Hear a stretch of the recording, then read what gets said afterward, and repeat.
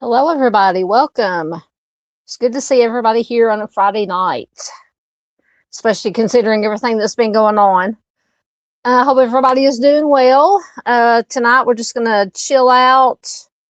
We're going to talk about have some missing persons, as always, to share with you, some cold cases. I think I've got a case or one case that has been solved, fairly older cold case that has been solved using DNA genealogy. So we're always happy. Well, I always try to find, when we do these True Crime After Darks, always try to find at least one story that has a somewhat positive ending. Once again, my computer is I'm just going to shut down StreamYard on my computer because it's not working. Hopefully it won't kick me off my phone completely out. So if I disappear, you guys know what happened. My farm signal, although I do have, it's fairly better than it usually is. But anyway, and then we can talk about whatever you guys want to talk about. If the Biscuit's mad at me. I had to kick him out of the room and shut the door because he was had his nighttime Zoomy session, so he was going crazy. So you'll probably hear him caterwauling. He's fine. He'll be fine. His brother, Tigger's out there with him. They can keep each other entertained for a couple of hours. But anyway, it's good to see everybody here. Like I said, I hope everybody's doing well. With all the weather going on, we've got another winter storm going on right now, and then in some parts of the country, and then we've got bad weather, stormy weather, nadir weather that's supposed to be coming in, at least here in Arkansas. I think they said Sunday. So typical for this time of year.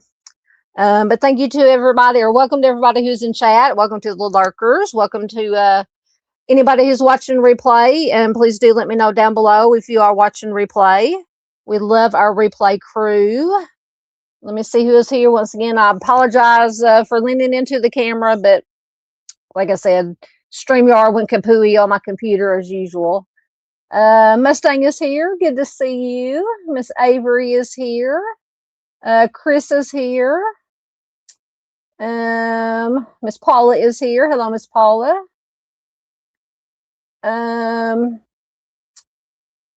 Just bear with me. It takes me a minute when I'm trying to read off my phone. Mark is here. Hello, Mark. Good to see you. There's Josh. Hello, my friend. How are you doing? It's always good to see Josh. Please do check out his channel, Where Lavender Grows. I'm sure Mustang has probably already got the link in. He does a wonderful job. So go over there if you haven't already.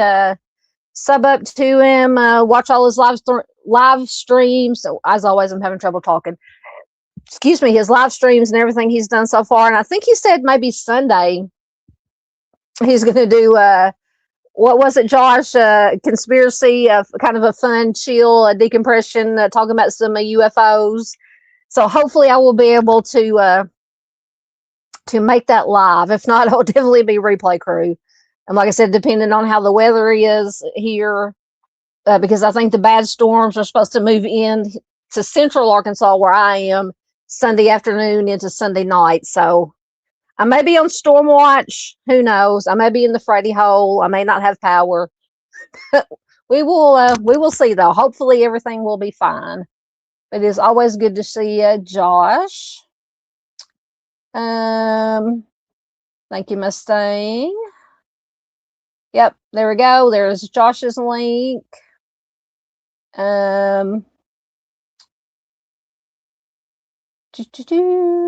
I said, I'm trying to read. Miss Paula's back. She had said earlier she would be right back. She is back. Oh, everything jumped on me.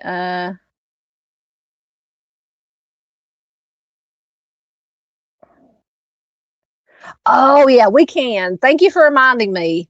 Dang, I forgot to do a slideshow or put it in the slideshow, but yeah, we can definitely talk about her. I won't be able to screen share, but I can read to you guys. Avery says she wanted to talk about Ania Blanchard. Absolutely. We'll probably, I got some missing persons from here in Arkansas. Unfortunately, we've had a spate of missing persons just within the last month. There's been 2 or 3 that I've been trying to share about the last 2-3 weeks, and then unfortunately we had another one, young lady, a teen, young lady that came up missing yesterday, day before yesterday, or it was reported.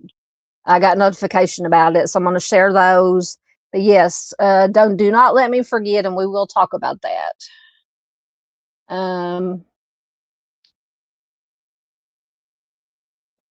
Chris says, let's talk about the girl who was found alive today or yesterday. What was the name on it? I do have a story on, is it the 11-year-old?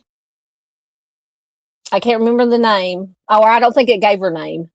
But it was an 11-year-old girl, or she's 11 now. I think she'd been missing since 2020, and they found her alive. Let me know, Chris, if that is the same one. That's the only one that I've heard about. Thank you, Josh. Josh said a send a $10 super chat. New computer and internet fund for Dawn. I'm telling you, I need it. I need proper Wi-Fi. I just go through the Wi-Fi hotspot on my phone, and it is what it is.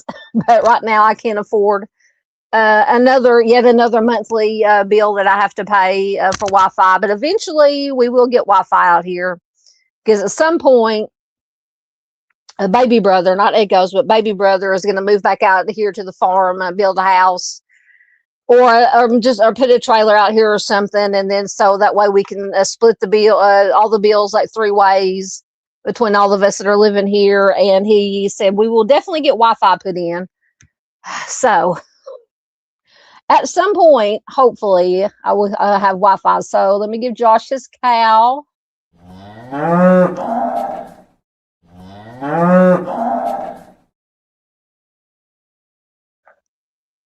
Thank you so much, Josh. It will definitely go towards the the computer's good. I mean, it probably needs to be updated, and I need to clean free up some space on it.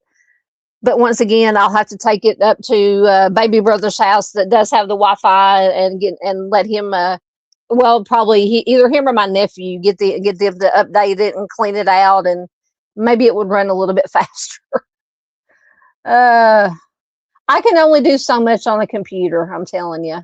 I'm not completely computer illiterate, but close. I feel weird leaning into the camera, so I'm just gonna turn off the camera right now while I'm reading comments. Now let me find, okay, there's Josh. Hey, Miss Barbara. See, I turned off. Hello, Miss Barbara. Good to see you, ma'am. I hope you're doing okay. It is always good to see Miss Barb. Oh, almost kicked myself out. It's always good to see Miss Barb. Miss Barb, are you supposed to get bad weather up in your part? She's up in Missouri. And I know it may be heading that way. Mark is a new member, either a new member or renewed. So thank you so much. Either way. Let me give you your cow.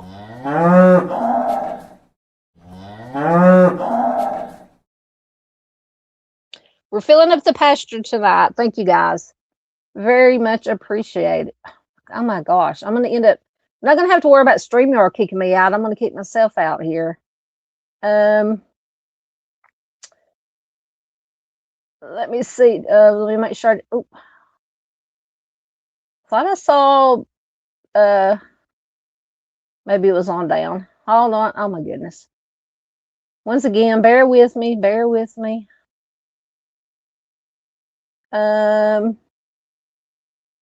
Nothing's wanting to work. Once again, hello to Miss Avery. All right. I don't know who, I'm not even going to mention your name, but you are out of here. Don't know who you are, but goodbye.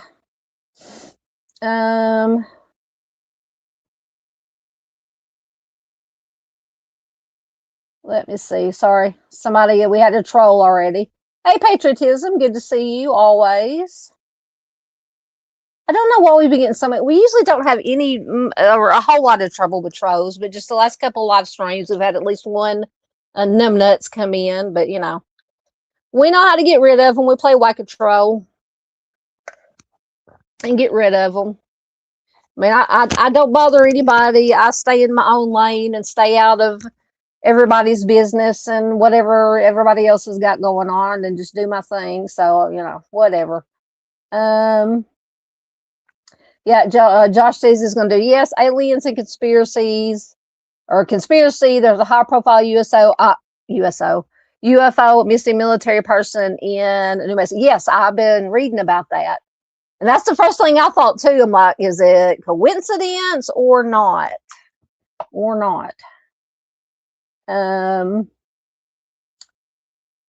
Let's see here.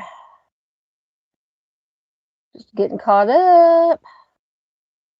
Don't want to miss anything. Make sure we don't have any more trolls or troll comments in here.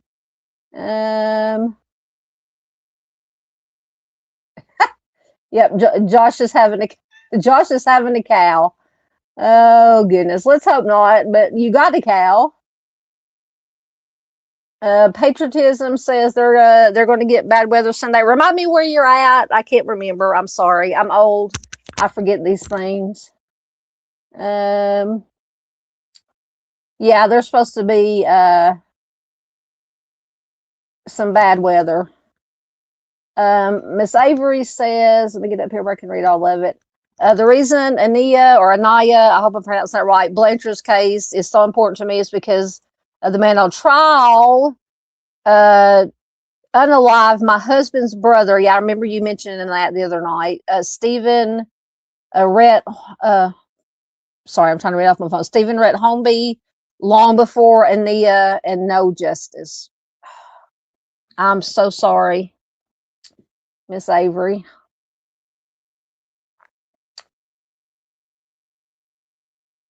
And Miss Barb said, we're always getting storms here lately, beautiful then cold. Yeah, that's the way it's going to be. That's why we're getting storms Sunday, is because, I mean, it's been back up into the, I don't know, one day it's 70, then today it was chillier. It was in the 50s and 60s. And then tomorrow, I think it's supposed to be, but maybe up in the 80s, and then this cold front is going to come through Sunday afternoon, Sunday evening. That's what's going to cause the storms. So it's going to get cold, and it's going to get warm again. And it's just, you know, I wonder why everybody's sinuses and everything stays messed up.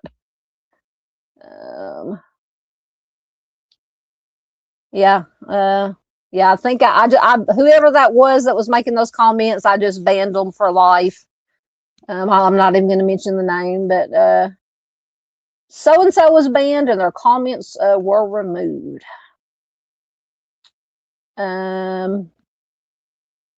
There's Miss Farr. And hold on, let me hit the right button. Oh my goodness. There it is. Hello, Miss Farr. And Miss Farr gifted 1 Southern Gal True Crime membership. Thank you so much, as always. So we're going to put another cow in the pasture.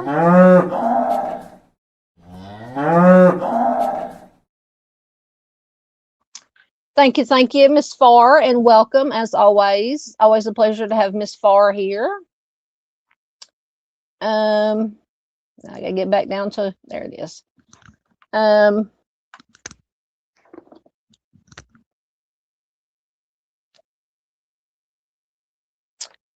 Yeah, Josh said, referring back to the Ania Blanchard and Stormy's situation, says that's horrible, and I hope justice comes soon. Absolutely. Avery says they haven't even had a trial for him, but are having one for Ania because her dad is famous. Really? Not to be nosy, and if you can't say, that's fine, but what is he famous for? I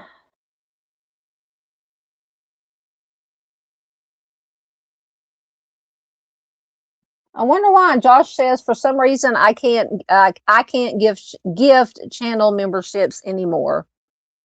I wonder why. Because it should be, you know, well, you know how to do it. I think because you've done it before. Oh, I mean, you've done super chats and super the super stickers, but it should, should have the option under where you go under to do the super chats and super stickers to gift memberships. Most definitely. I don't know, probably some YouTube thing. You know how YouTube is.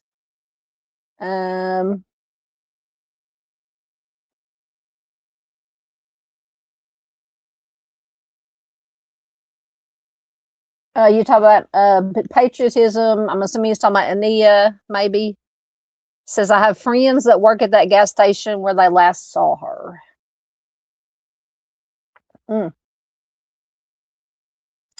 Thank you, Miss Thing. Yeah, we probably played Whack a Troll together, because I did it. I when I saw that first comment come up. That's right, Alabama. Yeah, I think the whole this whole mid-south, southeast, or yeah, southeast is supposed to get it. Now Oklahoma, Southwest got it the other day. They may get it again too. Oklahoma, Texas, Michigan, all the way up in Michigan got hit. Severe weather season is definitely here. Got started a little bit early.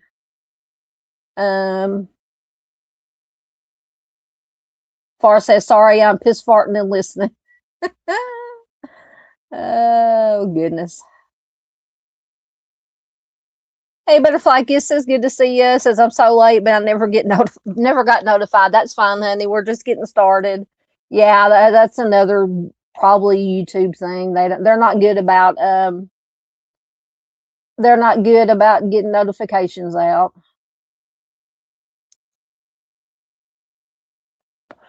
Avery says, I have an article about it on my website, The Sophisticated Spectator. Okay, let me look that up before I forget.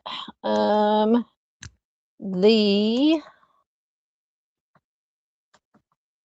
if I can spell.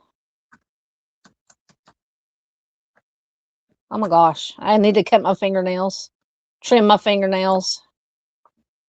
The Sophisticated Spectator.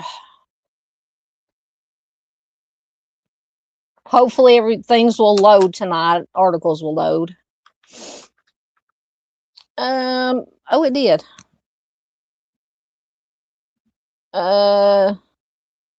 Is it Ibrahim Yazid set for trial? Is that the one you're talking about? Yeah, okay, I got it. I got it. Let me get caught up in comments, and like I said, I can't screen share because, you know. Let me try one more time to see if I can get StreamYard up on my computer. It's probably, I'm not going to hold my breath, but we'll see. I'll let it run for a minute and see what it does.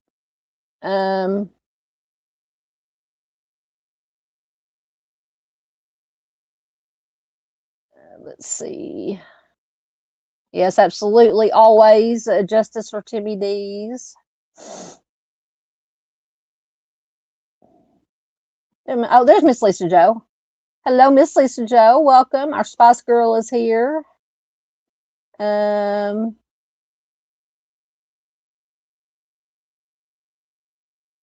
that sounds good. Miss Barbara said it's good to see you all. I'm eating some lasagna. It is wonderful. I had salad for lunch, supper, whatever you call it, when I got home from work. It was good. It was good. And salad, I had a couple of leftover chicken tenders that we did yesterday. So I kind of just broke up the chicken tenders and put it in the salad. It was good.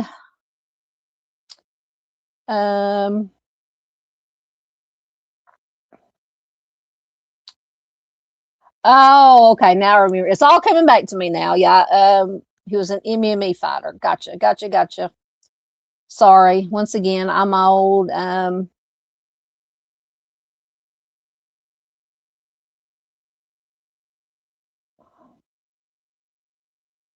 Absolutely, Josh. If I can work it out, Josh says I am welcome to join him on his live Sunday if my internet holds.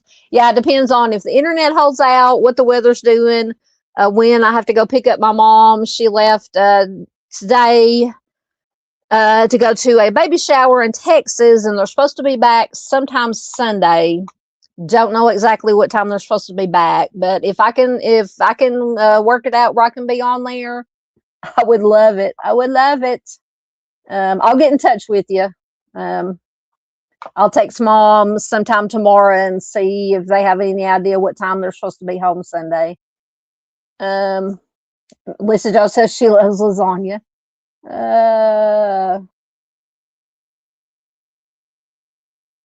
It's usually 6 p.m. Central. So I'm just getting caught up. Just when I think I get caught up. Oh, I think I actually got caught up.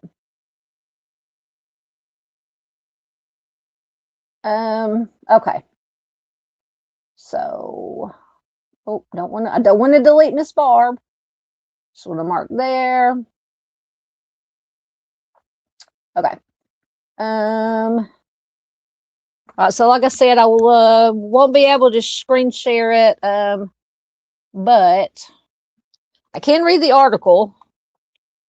Let me see if StreamYard ever came up. Oh, it did. It did. We'll see if it holds out or not.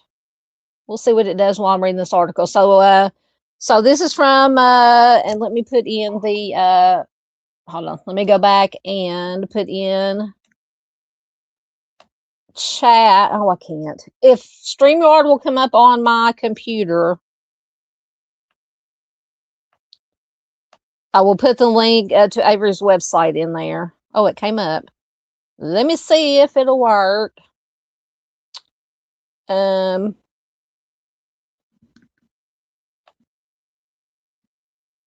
Why is it what? Oh, come on. There we go. I can't even copy and paste tonight. Okay, should come up, hopefully. Maybe. If not, you can just Google the sophisticated spectator, and it came right up. I said, I don't know if Fresh Streamer is going to work. Yeah, okay, so this is Avery's website. She wrote this article. Let Once again, I got to get it to come back up. Ibrahim Yazid is set for trial, and she posted it January 25th, 2026. Oh, no, I'm shut that down.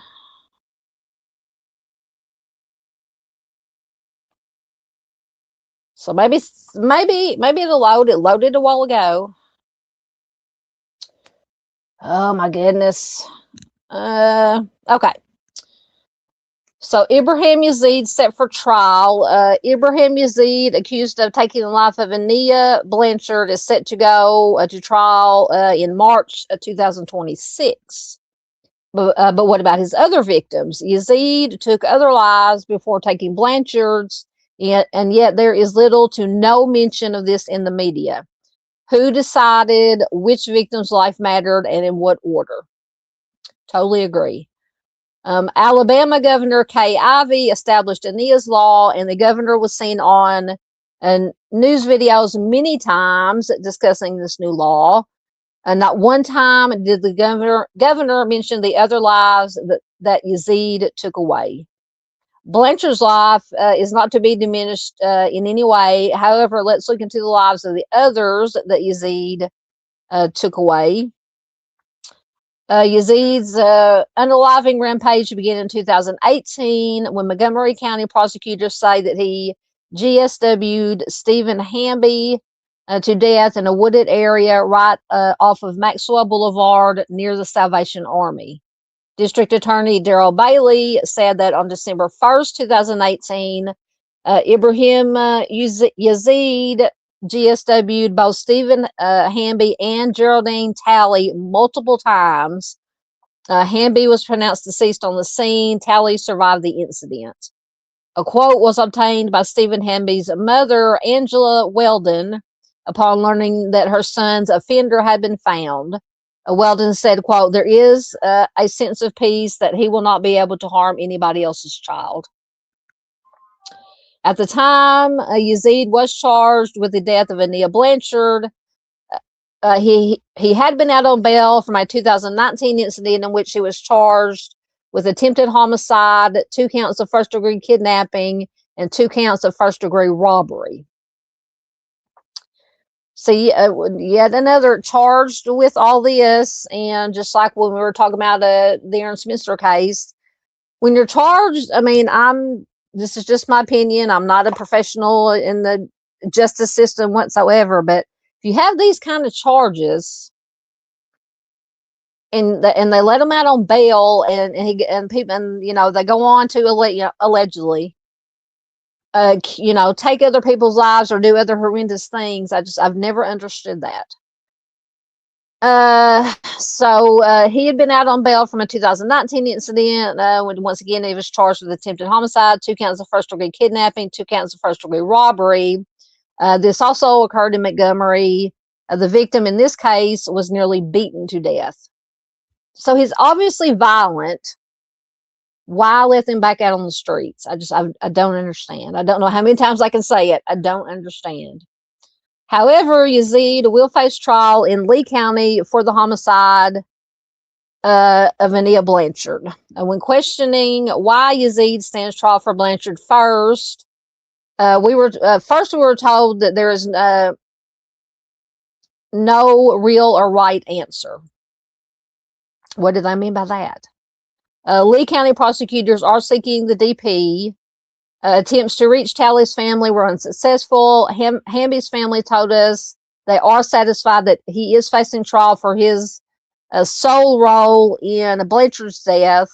One of Hamby's brothers, David Thompson, said that he would like to at least be given the opportunity to give a victim impact statement, but is not sure if that day will come.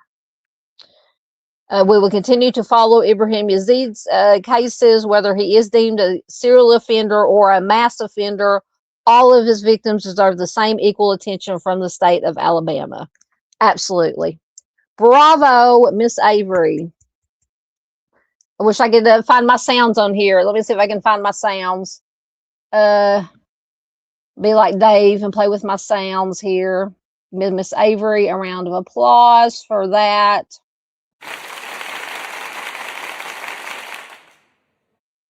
Well done. Well said. Excellent, excellent, excellent. So did the link ever come through? Once again, if it didn't, just Google the Sophisticated Spectator, and you will find it. Came up first thing when I Googled it. Man. So let me see. Hold on. 1 second. You are Miss Avery is amazing.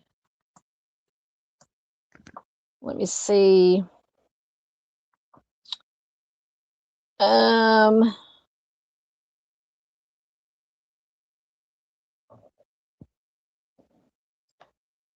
Excuse me. Just got to get a Wikipedia. I'm just looking at the overview, just to give you a sense of Ania Blanchard. The unaliving of Ania Blanchard occurred in October of 2019. Blanchard, a 19-year-old college student, was reported missing on October 24th. She had last been seen at a Chevron gas station in Auburn, Alabama. The previous night, a witness from the gas station claims to have seen Blanchard's kidnapping. Unfortunately, her body was found in Macon County, Alabama, 1 month after her disappearance. The COD was determined to be a GSW. A suspect, Ibrahim Yazid, who was out on bail on charges of kidnapping, attempted homicide, and robbery. At the time of the homicide, was arrested and charged with Blanchard's homicide. Yazid was indicted by a grand jury on 3 charges: capital homicide during a kidnapping, capital homicide during a robbery, capital homicide involving a victim in a vehicle. Man, just I don't know. I can't say it enough. I just don't understand. Obviously violent. Had already been charged. Obviously violent. Should never, in my opinion, should never have ever been out on the streets. I don't understand why they get bond. So let me see. Stephen Hamby. Let me see if there's anything. Probably not. Very little on him from what Avery says.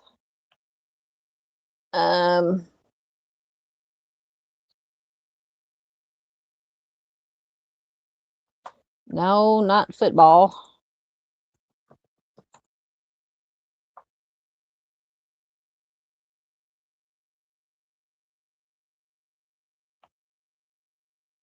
Okay, let's see if this article will come up. If it doesn't throw me behind the paywall.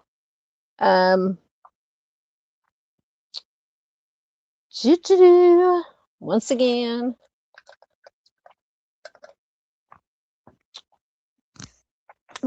Things are running slow as usual. Or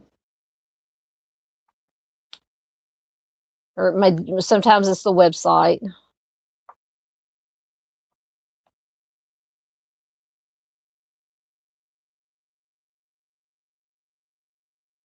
Of course, that's about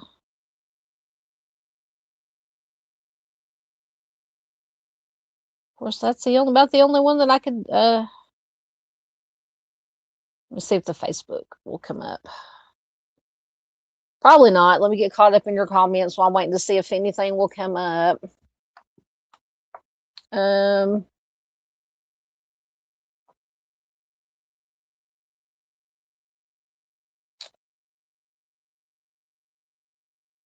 Okay, there's where I was at. Okay, yes, it did come up. There's the link to Miss Avery's website. You're very welcome. Absolutely, Miss Avery. Anything for you.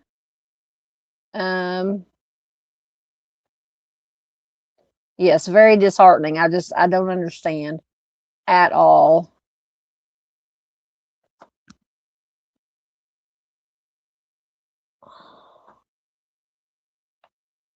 See if it'll come up. Nope. Come on. No.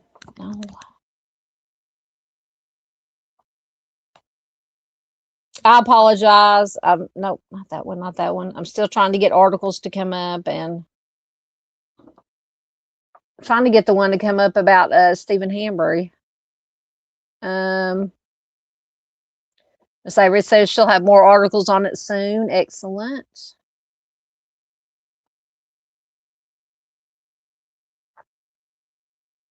Chris said he's not familiar with Yazid at all. Man, he's not. Doesn't sound like he's a good dude at all.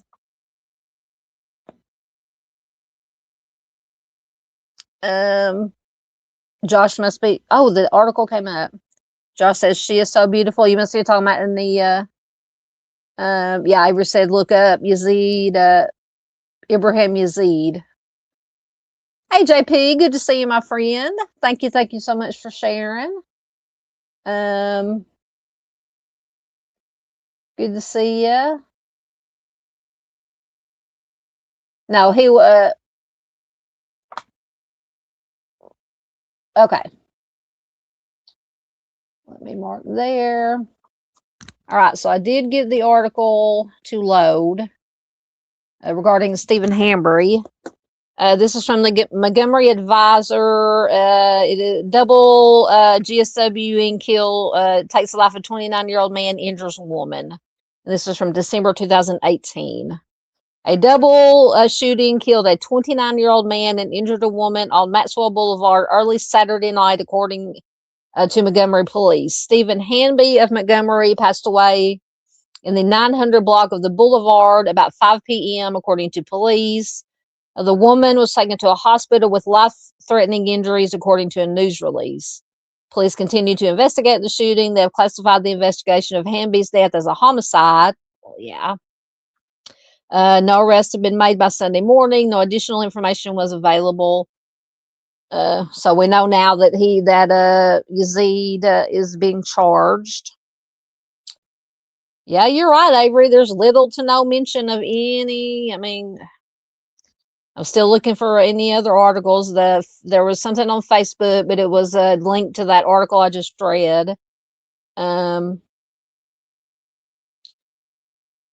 rest of them is just the suspect in Ania Blanchard's homicide charged in unrelated. Yeah. Wow.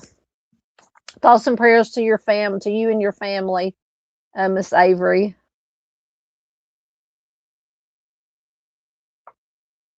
Oh, are you going live, JP? JP says he's going live in 1 hour. Hope to see you there. Excellent. Oops, things jumped. Hold on, everything jumped on me. Yeah, Avery says you won't find much about Stephen and only in the. It saddens me. Yeah, like I said, that one article was just right after it happened with just basic information was all that I found. Oh, Miss Avery, do you mind? If you wouldn't mind, if I have permission to read that article, I will do a video. And find pictures of, if I can find them, if they're not available, if they're available. If not, if you wouldn't mind, you can send me pictures of Stephen. And I will do a video. Absolutely. Well, giving you absolutely all due credit for the article that you wrote.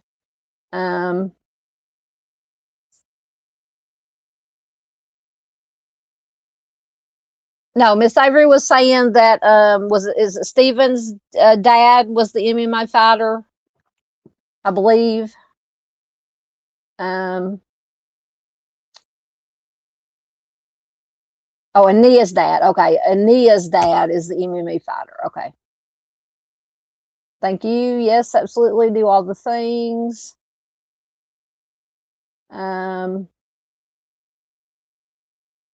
You're very welcome, JP.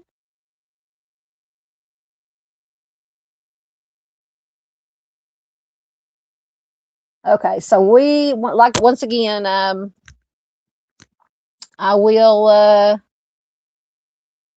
Like I said, if Miss Avery would not mind me using her article, I will definitely make a video to bring more attention to the situation. Absolutely. Even though he is being charged now, why did it take so long, and why didn't Stephen Hambry and this other young lady that was with him get just as much attention? Not, once again, like Miss Avery said, not taking anything away from Ania's case, but Miss Avery said that everybody deserves to be mentioned, to be made aware, or have awareness brought to their case. All right. All right. So thank you, Miss Avery, for reminding me of that, because I had just, me, I had totally forgotten. So now we're going to get into, and once again, if anybody else has anything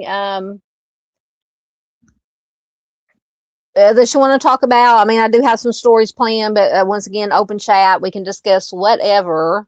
But I do have some missing persons that I want to share with you before we get into the national stories or the other stories that don't have not from here in Arkansas. Man, I'm gonna have to do my slideshow from my. So we'll start off with the missing person. So this is the newest one. And man, I was planning on reading my slideshow off my computer, but I can't. So now bear with me while this should be, I say I can't even read the name. Alazid Lux. Oh my goodness.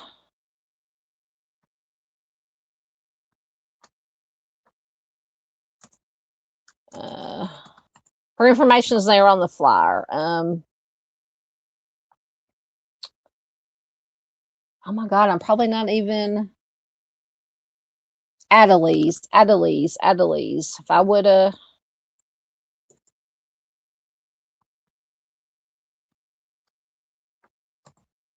Goodness, I'm horrible tonight. Horrible. Y'all may just have to read it off the slide. Oh, there it is. Okay. Adelise Lux. So this is the most recent one. Searching away for missing Little Rock teen. The Little Rock Police Department has asked for the public's help in locating a missing teen. According to reports, 17-year-old Adelise Lux was last seen near Loesher Lane. And this is in, once again, Central Arkansas, Little Rock. She's described as being 5 foot 1 inch in height and weighing about 280 pounds. So anyone with information regarding her whereabouts is urged to contact Little Rock PD at 501-371-4829. So there's Adelise.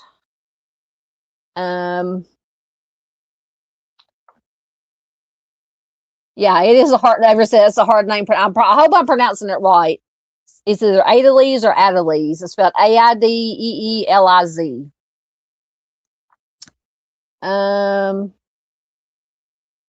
Thank you, JP.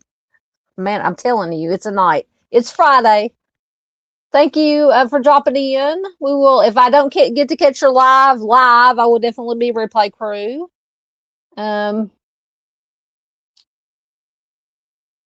All right, so that is Adelise. So next we have a Tavoris Thomas, and I just came across, and once again, I can't put it in the chat. Matt from Locks of Reunification on Facebook made a missing poster for Mr. Thomas for Tavoris. Thank you so much to Matt and Miss Rose and everybody over at Lots of Reunification on Facebook. Please do go check them out.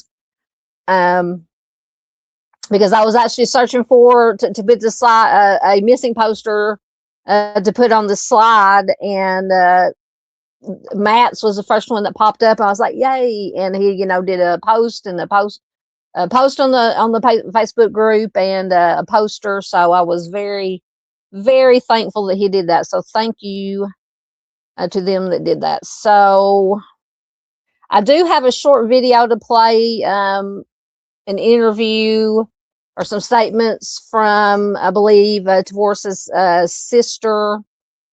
But let me give you the basic information first. We'll go to this one. No, it might not come up. Maybe it will. Man, it's a train wreck tonight. It is truly a dumpster fire tonight.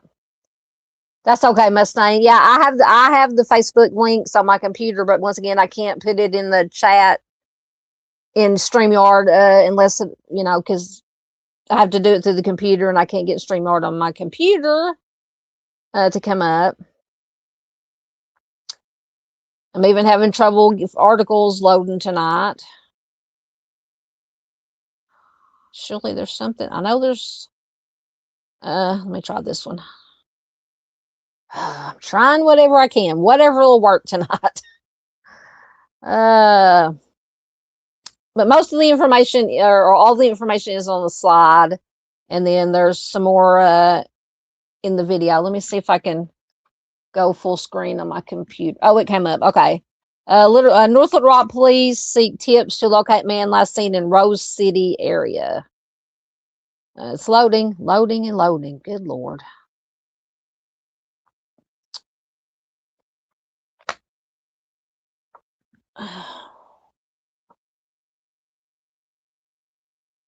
Why did it do that?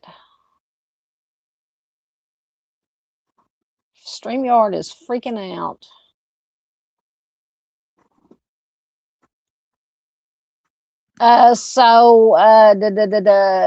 Tavoris was last seen on approximately September 6, 2025, when he was dropped off in the Meadow Park area of Rose City, which is like a little suburb of North Little Rock. And has not been seen or heard from since then, which is unusual behavior for him. If you have any information about the missing person, please contact the agency, North Little Rock PD, at 501-758-1234. Now let me I fast forwarded too much. Get back.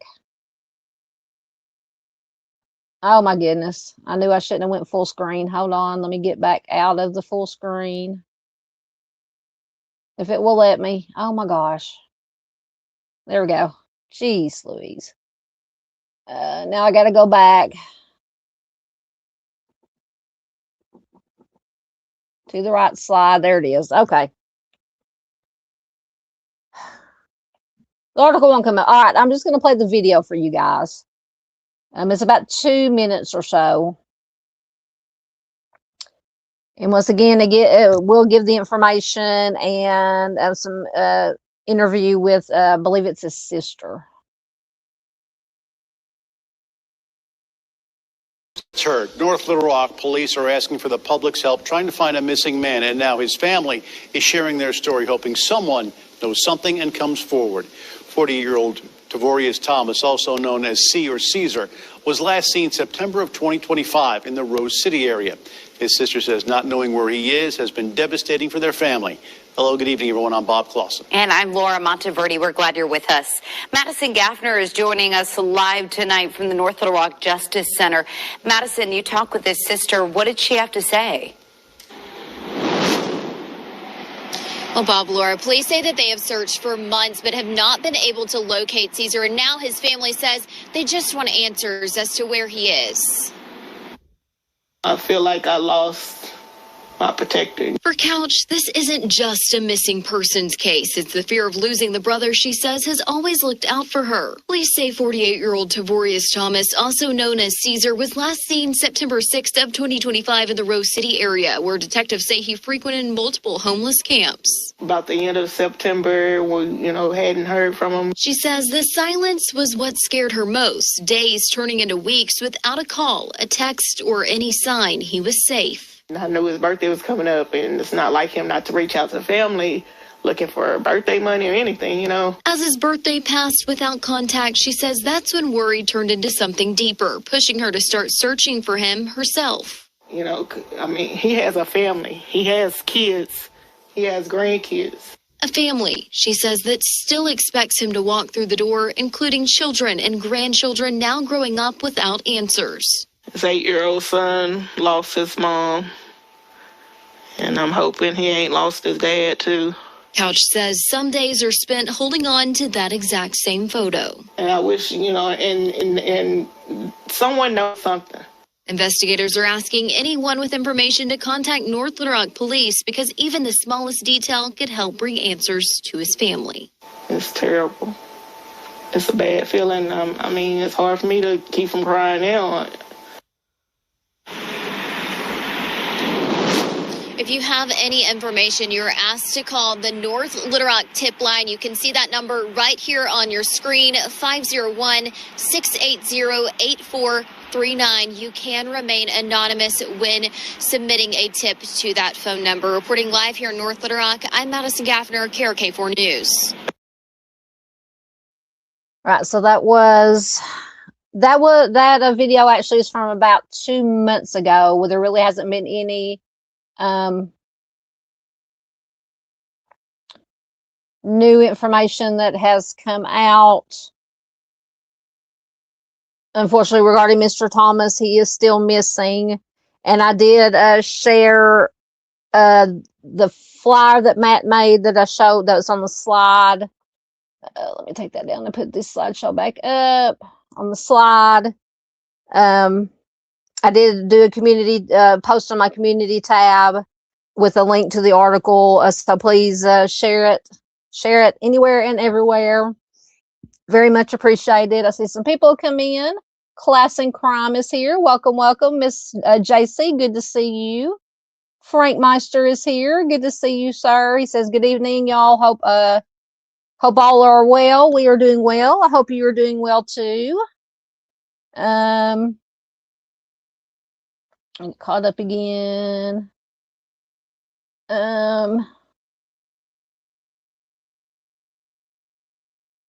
Thank you, Mustang, for getting in the links. There's Junior. Hey, Junior.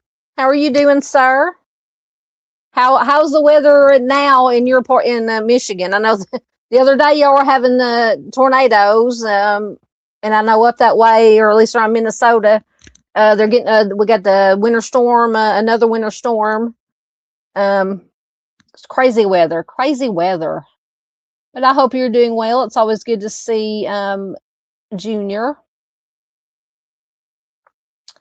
All right. I'm caught up. So let's see who we have next. Once again, bear with me. So this is Kennedy Love. She is unfortunately still missing. Make sure I got the right article. Nope.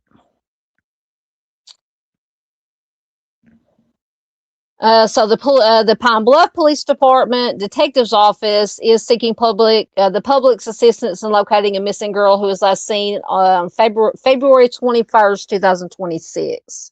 So it's almost a month now that she's been missing. Kennedy Love, 16, could possibly be with a male named Davion, according to Pine Bluff PD. Still no vitals on her. She's a black female, dark hair, dark eyes. We don't have a height, weight, anything of that nature, any tattoo. If she any identifying features, just a picture, but it's better than nothing. But if anybody does have any information on Kennedy's whereabouts, contact the detective office's tip line, if I can talk, at 870-730-2106, or the office at 870-730-2090. All right, so that's Kennedy. Next we have, this should be Sanaya Dorn. The Pulaski County Sheriff's Office has asked for the public's help in locating a runaway teen. According to reports, 14-year-old Sanaya Dorn was last seen on March 1st. She is described as 5 feet tall and about 128 pounds, with brown hair and brown eyes. Officials say that she also has connections to Little Rock and College Station. Anyone with information regarding Sanaya's whereabouts is urged to contact Detective Braxton at 501-340-6940 or 501-340-6963. Like I said, we just had a spate of just missing person, and that's just the ones that I've got notifications about. Because I have one of the local news outlets apps, and I get notification whenever they report a missing person. But they don't report. They don't give notifications for all of them, but they do a fairly good job for most of them, especially the teens. So I think that was maybe the last one. Yeah. So that was the last Arkansas missing person that I had to share tonight. So now we will get into articles loading. First, I'll get caught up in comments again. Junior says it's been cold and windy today, 34 degrees. Man, you go from tornadoes to 34 degrees. Oh, goodness. Yeah, absolutely stay warm. All right. All right, so this next, let me get a drink right quick before I read. This next story or case is, I believe from California. So this is Derick Ortega. In this article, as always, all the links to all the online sources I use are in the description box. Feel free to read them, share them, whatever you want to do with them. This is from people.com, and it is from March the 7th. A 20-year-old California man, what? Go away. Mysteriously vanishes after contacting parents to cancel dropping off his sister at a dentist appointment. And the pictures on the slide, the one on the right is actually some surveillance footage from the day that he went missing. So police are asking for the public's help finding a 20-year-old California man after he mysteriously disappeared. Derick Ortega, 20, was last heard from by loved ones shortly before noon on Thursday, March 5th, according to a Nixle alert. So I'm assuming that's some kind of a special alert, like here in Arkansas for an Amber Alert. We have the Morgan Nick Alert. Maybe in California, it's something like that, the Nixle Alert. And it was issued by the San Bernardino County Sheriff's Department. So authorities said that he had contacted his parents and let them know that he would no longer be able to take his younger sister to the dentist as previously planned. Surveillance cameras captured him leaving his home. I'm assuming that's the picture on the right is him leaving his home on Cactus Street in Hesperia and driving away in a gray 2012 Honda Civic. SBCSD said that he left home without a cell phone or ID. So deputies responded to a call from the home. They launched a missing persons investigation. Derick Ortega is described as 5 feet 6 inches tall, weighing around 170 pounds, with black hair and brown eyes. He was last seen wearing a burgundy sweatshirt, brown pants, and a black hat. The SPCSD shared a close-up photo of Derick's face while wearing a hat. That's obviously the picture on the left-hand side. They also shared a photo of him walking on the sidewalk in the clothes that he was last seen in, and an image of his gray vehicle parked without anyone inside. And I don't think I had room to put the vehicle on the slide. So authorities noted in their alert that he was a critical missing person, which is defined as a person who has no pattern of running away or disappearing, and that he may be a victim of a crime or foul play, or a victim of a kidnapping or parental abduction. So not necessarily him, but that's just the description of a critical missing person.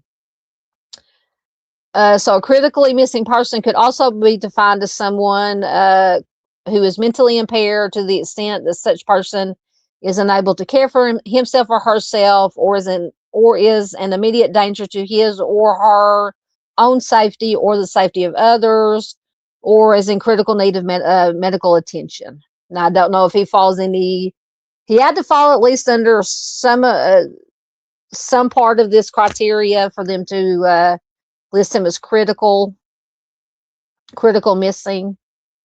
It says people did reach out to the San Bernardino or people.com, or did reach out to the San Bernardino County Sheriff's Office for comment on March 7th, but they did not receive an immediate response. Anyone with information on this case is asked to contact Deputy Carrion of the Hesperia Police Department at 760-947-1500. Information may also be submitted anonymously to the WeTip hotline, which is 844-909-3096. So yeah, just really weird. So he, like I said earlier in the article, he was supposed to have taken his sister to a dentist appointment, but then at some point, he contacted his parents and said that he told them he would no longer be able to take his sister to the dentist as previously planned. So I don't know if something came up, nefarious or not, but then with him disappearing shortly thereafter, now whether if he disappeared of his own accord or, if it was some kind of foul play or kidnapping or abduction or something of that nature. But something the police had to have had, obviously a reason to list him as a critical missing person. So it could be they do have information that they just have not released to the public. We all know, they do that, understandably. So we will keep an eye on this one to see if there are any new developments that come up in it. As always, I keep losing. Oh, there it is. Keep losing my stylus. Let me see.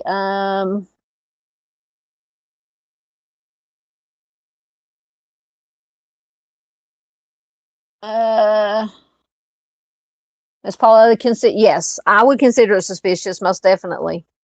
Like I said, to be listed as critical missing and to do this and what was it called, a Nixle alert.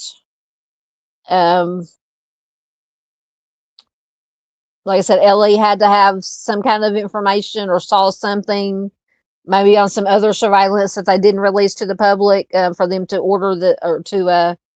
do this Nixle alert and list him as critical missing. So yeah, definitely suspicious. Absolutely. All right, so next, I think this is one of our good news stories. Yes, this is a cold case, a homicide that has now an arrest has been made. This is once again from California, actually San Bernardino County again. Oldest cold case in San Bernardino County history, has been solved 45 years later. 45 years. So a Fontana police corporal has solved what authorities say is the oldest cold case ever successfully prosecuted in San Bernardino County, securing a conviction 45 years after 18-year-old Michelle Missy Jones was killed. So Leonard Nash, who is on obviously the left-hand side of the slide, who is now in his 70s, officially began serving his 15 years to life sentence on February 3rd, more than 4 decades after Michelle's body was found in a South Fontana citrus grove. So Michelle disappeared on July 5th, 1980, just a day after celebrating Independence Day with her family in Rancho Cucamonga. Later that same day, her body was discovered in a grapefruit grove near Live Oak and Santa Ana Avenues. She had been essayed, according to investigators. Her sister Melissa says, quote, she would take care of everybody. I remember her taking care of the younger siblings, end quote. So at the time, detectives did pursue multiple leads. The last person that Michelle was seen with, a man that she had been dating, he was arrested, but he was later released after being ruled out. And with no modern technology or forensic tools available in 1980, the investigation eventually stalled. Corporal Catherine Clark of the Fontana Police Department, who later reopened the case, said, quote, there were no cell phones, no cameras, no Ring doorbell cameras, nothing like we have today, obviously, back in 1980. Clark, formerly a detective with the San Bernardino County Sheriff's Department, was assigned to the Cold Case Homicide Task Force in 2020. She told KTLA's Shelby Nelson that cold case work is about revisiting every unanswered question. Absolutely. She says, quote, cold cases are about closing all the open doors that you find in a case file. If you can walk through that door and close it, then you can close it and move on. So basically, ruling in, ruling out people, following up on leads. If they go nowhere, like they said, you can shut the door on that one that went nowhere, had nothing to do with the case. She says one of those open doors, though, was Leonard Nash.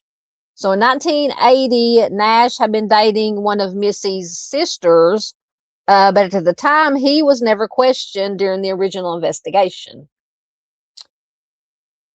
Then in 2019, investigators were able to process evidence collected during Michelle's autopsy using advanced DNA technology that did not exist at the time of her death. Clark tracked Nash to Las Vegas, obtained his DNA from discarded items. And she said the results were overwhelming. She said, quote, I think it was 26 septillion. I don't even know how much 26 septillion. 26 septillion times more likely that it was him versus an unknown person. So yeah, I would say those are some pretty good odds there. So Nash was arrested in 2020 at age 66, and then after 2 trials, a jury did convict him of second-degree homicide in November. So the case now holds the distinction of being the oldest cold case in San Bernardino County to result in a conviction. So Michelle's sister Kimberly said, quote, he lived his life. He lived 54 years, and Missy did not live. She only lived 18 years, end quote. So for Missy's family, who continue to celebrate her birthday each year, the conviction marks long-awaited closure. Melissa, who's another one of Michelle's sisters, says, it's been so many years with this being the justice we got now, even more, end quote. So authorities said that Detective Clark will be formally recognized for her investigative work at an upcoming Fontana City Council meeting later this month. So we have a good news story, It took 45 years, but at least there was, reopened, cold case reopened, good investigative work done. There was an arrest and a conviction. So, as we say, people say, the wheels of justice turn slowly, but they do turn. At least they turn for the most part. All right. Let me get caught up here.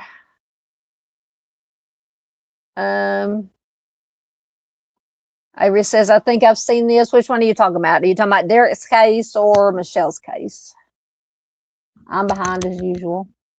Yeah, Mustang says, always good to hear when the cold cases are solved. Absolutely. And that's why we always say never, ever give up hope.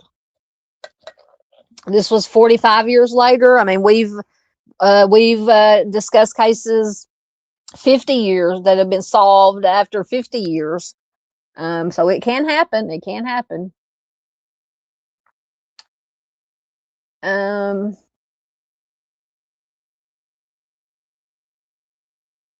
Avery says, what I don't like is when cases are solved and the wrong person has been in prison for decades. Exactly.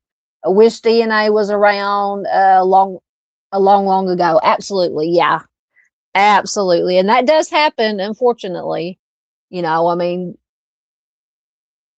you know, they do, you know, let the person out of prison that they wrongly convicted. But like you said, they could have, you know, been in there for most of their life if they were very young when the crime happened and were convicted.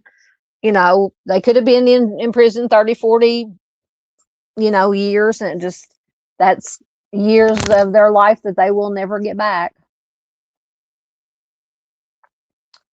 Yep, Chris agrees. Josh must be looking at articles too. He said, Missy's family is beautiful and all smiles at the sentencing. Still, 15 years just seems so short. So did they give him, they said 15 years to life. Says he officially begins serving his 15 years to life. So hopefully it's for life. But now he's, I think, around 76 or 78. So, I mean,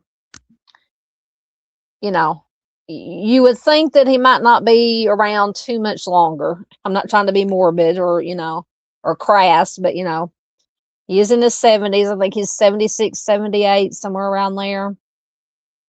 But yeah, hopefully it's until he leaves this earth that he is in prison. Oh, you're talking about Leonard Nash? Okay. Yeah, see, and I don't understand. Yeah, Josh says the ex-boyfriend of a sister. Yeah, you would think that they would have looked at him. But did it say that they didn't look at him or they just immediately ruled him out? Trying to go back to the, it says in 1980, Nash had been dating one of Missy's sisters, but he was never questioned during the original event. So they didn't even question him. You would think just because he was so close to the family, because we know that during these cases, they start with the people closest to the victim and work their way out. So you would think any male dating her sister would have been brought in and questioned. But this says, yeah, that he was never even questioned during the original investigation. I don't understand that. Don't understand it.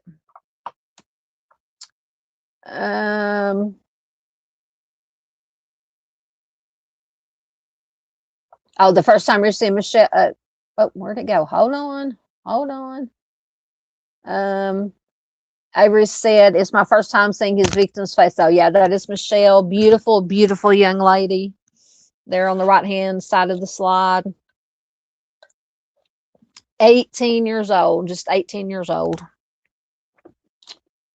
Oh, these cases break my heart. But like I said, at least this one was solved and convicted. There was a conviction. Yeah, like I said, hopefully it is life. Yep, he was never questioned. I say it again, I don't understand it.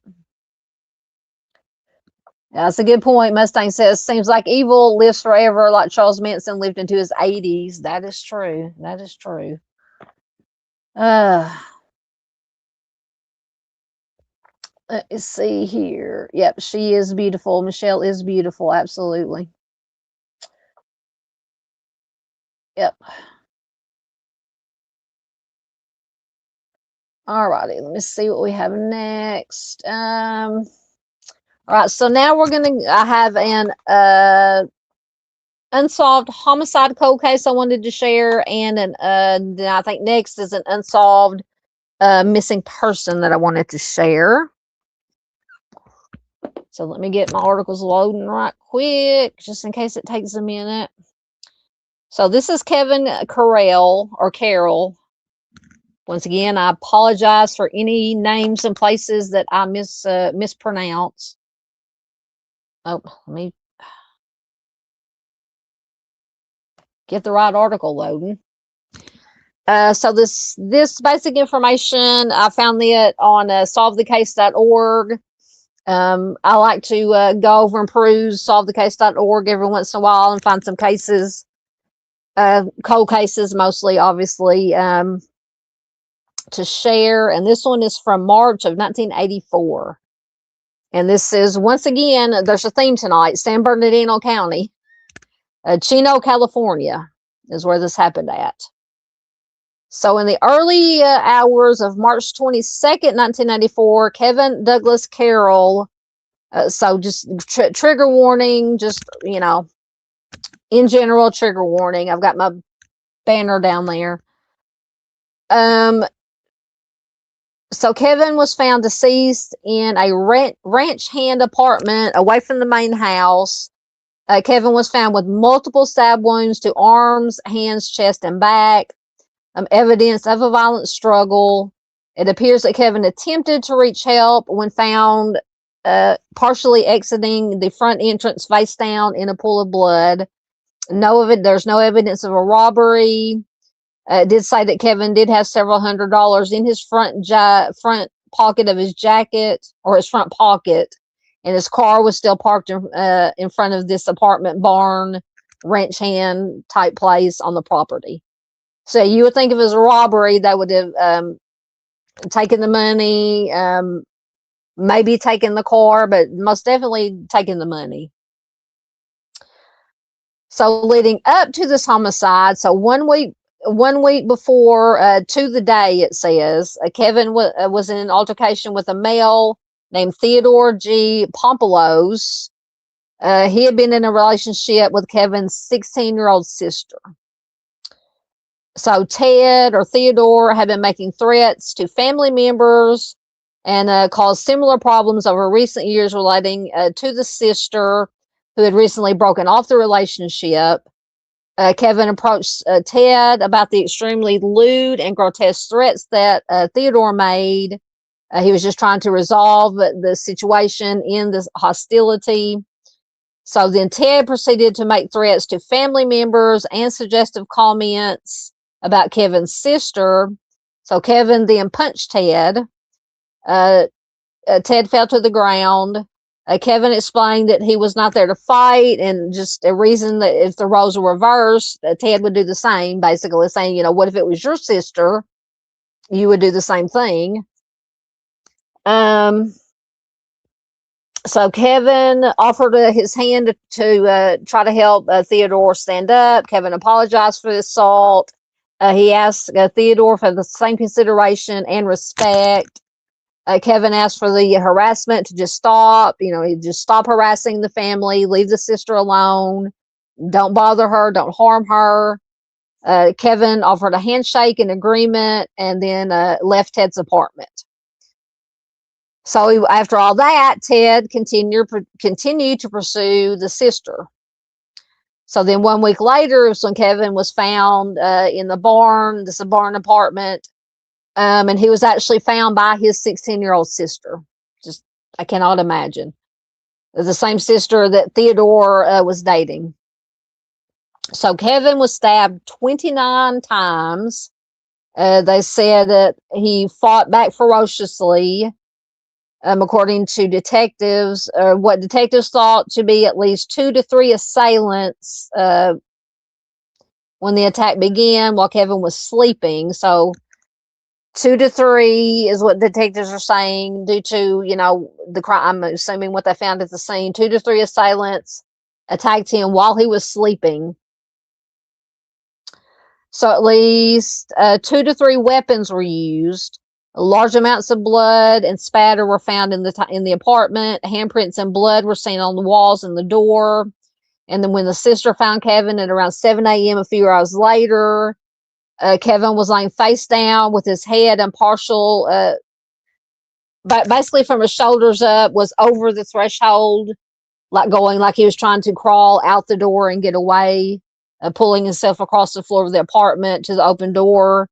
And then just ended up, he didn't make it. He just passed away, unfortunately. It says one of the first injuries, according to the coroner, severed his spinal cord, punctured both lungs, and he had defensive wounds to his arms and hands. And he was left alive to drown in his own blood. I can't fathom it. So yeah, to me, this was not, in my opinion, a robbery situation. This was a revenge rage type of situation. So Kevin at the time was separated from his wife, who was living in the San Bernardino area at the time. She had moved on. Kevin's friends and people who knew him said that he was kind, he was friendly, he was generous. So he was just mellow, very non-aggressive, shy, quiet. He was called at times a gentle giant. He was 6'4" tall and 200 pounds. Said he was just tall and lean. So yeah, that's a big dude. Said he was a protector, a defender. He was a friend to the underdog, an animal lover. He was a respectful gentleman.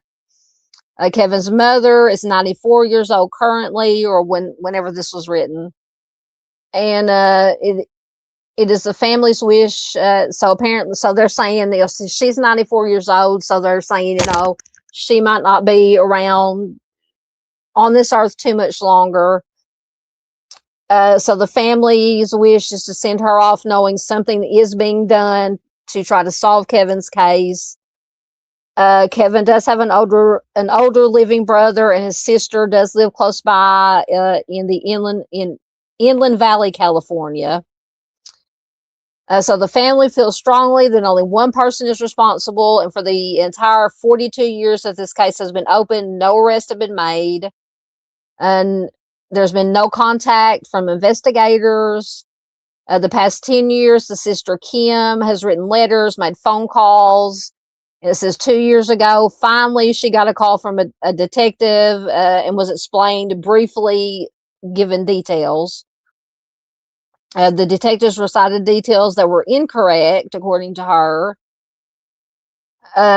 She attempted to verbally fact check and was treated rudely and disrespectfully by these investigators. Nothing was done. She has heard nothing since that one phone call. Several more attempts to contact investigators to look into any evidence available to identify and confirm what they believe the person responsible. Apparently, they, no luck there. So it says the person they think responsible, and I'm gonna assume, I hate to assume, but maybe I say Theodore. Was it Theodore? Yeah, Ted. I'm assuming is who they think is responsible. Currently lives just a few miles from their town. He is still attempting to occasionally harass them over the years, taunting the family, harassing them. Of course, he denies any involvement, but he was allegedly heard laughing and boasting soon after the homicide.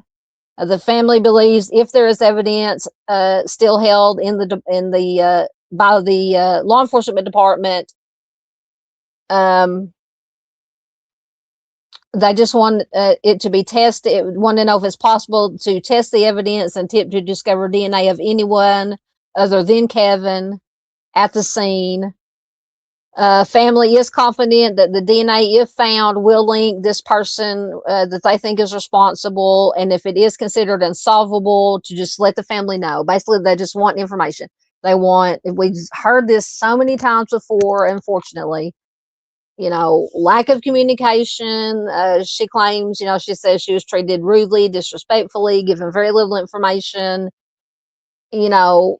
They apparently have said nothing about testing any evidence. That's all the family wants, just answers. Test the evidence, see if they can get anything. If they can't get anything from it, fine. At least they tested it. If they do get anything, follow up on it. And just let the family know what's going on. So it says, but the family needs it revisited to know if they have to settle with the fact that he was not important enough to even try to solve the case, and one day hope when they see him again, he will forgive, that he was overlooked and forgotten. That just breaks my heart. Reminds me of the case, Avery's case that we were talking about earlier. Oh man. So I did find actually let me find it. This website called truecrime.quora.com, and it is a post made by Kim, his sister, the one who found him when she was 16 years old, found him deceased. I just wanted to read it to you. It's heartbreaking. I don't know when it was posted. I don't think it has a date, but so it says, my brother, Kevin Douglas Carel, was murdered in 1983. Kevin was 26 and I, his sister, was 15 in Chino, California. Early Wednesday morning, I walked up to our tiny apartment and found my brother laying in the doorway, face down in a pool of blood. After trying to wake him up, I then realized his t-shirt was wet with his blood, and the kind of cold his body felt beneath my fingers is a kind of cold no one should ever have to feel of a loved one. She says, I can still feel that feeling on my fingertips to this day. She goes on to say, I only remember screaming and running for help, and that's it. I don't know how long I sat there holding him. Everything is blank for the days after that morning. Investigators from San Bernardino worked the case with no results. They questioned their main suspect, and there was not enough evidence to arrest, and the case ran cold and unsolved. For years, I've tried to get someone to reopen and retest the evidence.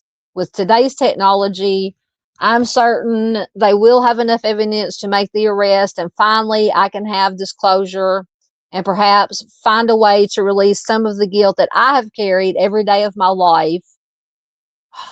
The guilt of not being there in time to save him. Oh.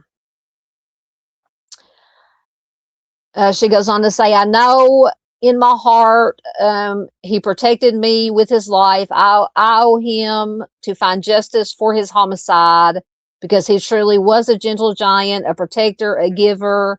He cared for the weak. He cared for the underdog. He looked out for the less fortunate, and he loved all animals passionately.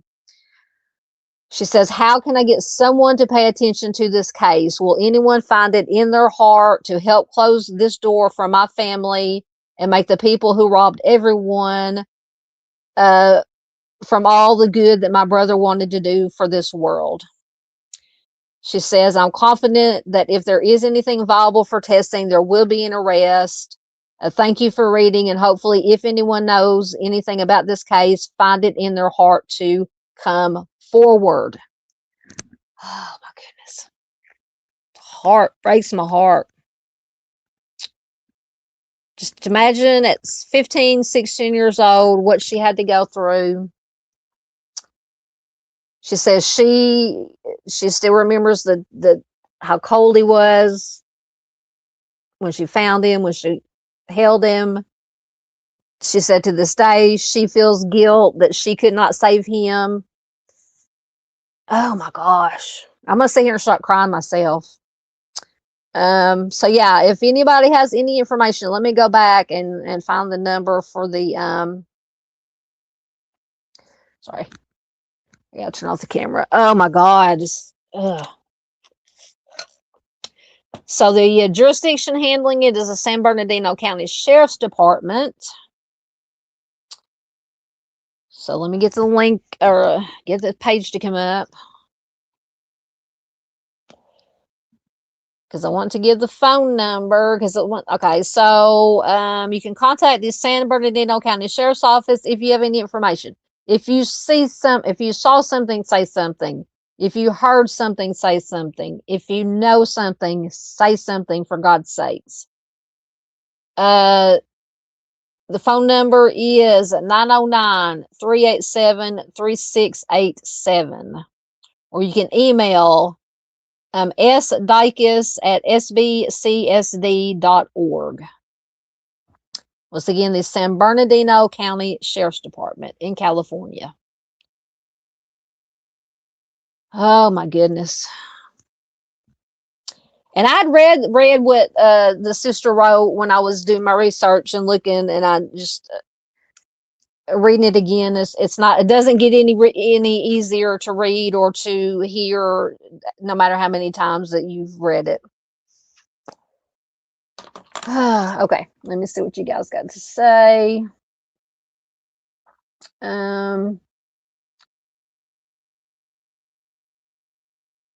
Okay. Oh, come on. My stylist is not wanting to cooperate.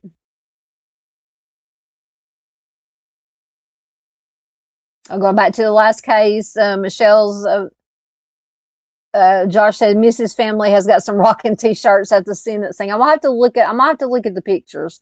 I'm gonna have to find some pictures and look at them.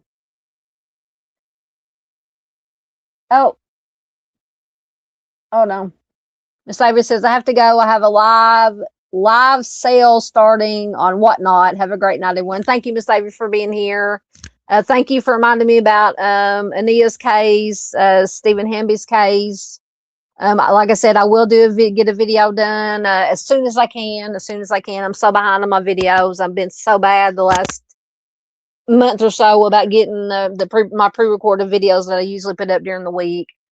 But I will make that a priority. But thank you for being here as always, Miss Avery.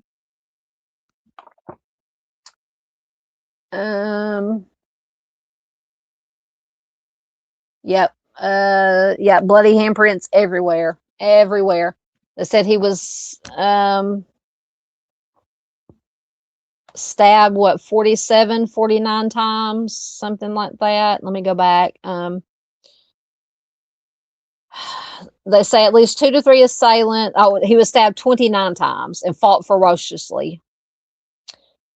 Detectives believe 2 to 3 assailants, and that the attack began while Kevin was sleeping. And at least 2 to 3 weapons were used. It's just heartbreaking, unreal. Mustang agree with me about something. Josh says where this took place is now a deserted field. That's probably for the best. I mean, I would imagine, yeah, that they tore down the kind of like this barn, what they call it, a barn shed structure, a ranch hand structure. Yeah, I would imagine that after they did whatever little investigating that they did, apparently, that they tore it down, I'm assuming. Yeah, that's just, oh, yeah, when she said, I can still feel that feeling on my fingertips to this day. Just, I can't imagine.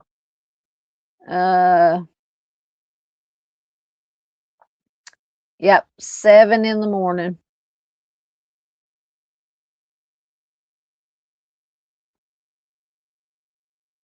Yeah, Josh said, yeah, she said she wrote 12-page letters to new detectives that she says she wrote. Yep.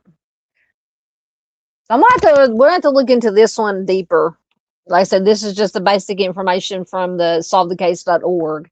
I'm gonna have to research it some more and find some more information. All right.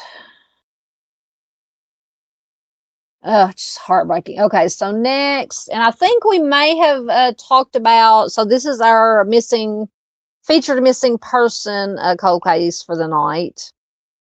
This is Randi Layton Evers. I think we may have discussed him briefly at some point. I may even included him in one of the Missing Person Monday live streams. But you can never share too much. So going back to Stephen's case, Josh says, I'm not going to hope at this point. I can't. I'm just glad for the communication at this point, and we will see what happens. Absolutely. Absolutely. All right, so this is Randi Layton Evers. Oh, help if I turn my camera back on. So this is just from Las Vegas, Nevada. Little Randi went missing, or was last seen on February 15th, 1992 in Las Vegas.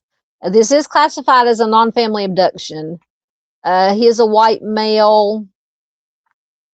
He was just 3 years old. 3 years old.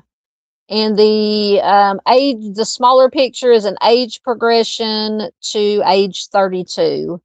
And he would be 37 around this time, 2026.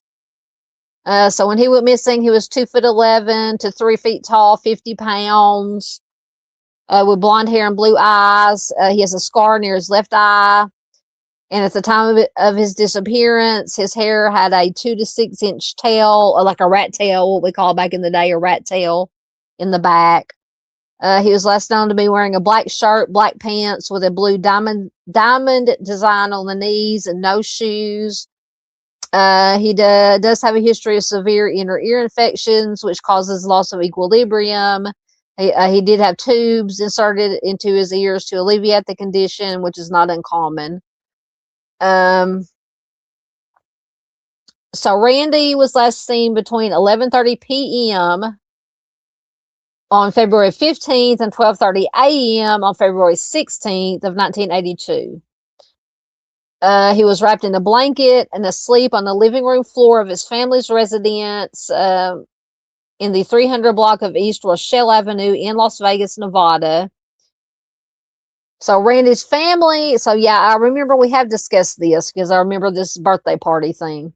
So Randi's family held a birthday party for his father, Mike, during the evening at the home. They said there's approximately 15 guests at the party. And apparently Randi disappeared during the party and has never been seen again. So at least this is the story that they've given. It was deemed unlikely that he wandered outside on his own, as it was cold that night and he was afraid of the dark. Randi's family speculates that he was kidnapped, but authorities initially suspected that some of Randi's family members are being involved in the case. Randi's father and his stepmother, Tina, did not participate in the search for him. Mike, which I'm assuming is the father. Did I say that? Yeah. Mike, the father, they say, had to be literally dragged out of bed when police told him that Randi was missing. So he didn't even want to get out of bed. So neither Mike nor Tina, the stepmother, showed very much interest in the case. Tina's alibi of her whereabouts at the time that her stepson disappeared reportedly showed numerous small inconsistencies. She claimed that she and several of their friends left the party at around 11:30 p.m. To go to the Gold Coast, which is a local casino. They left Randi alone in the company of an adult guest at the party who had passed out on the living room couch. So apparently during this party, there was not a responsible adult that was looking after this child. So it says Mike, the father, may have been with Tina and the rest of the group, or he may have been asleep in the back bedroom during this time period. And when the group returned at around 3:30 a.m., Randi was missing. An extensive search of the surrounding area failed to turn up any clues to his whereabouts.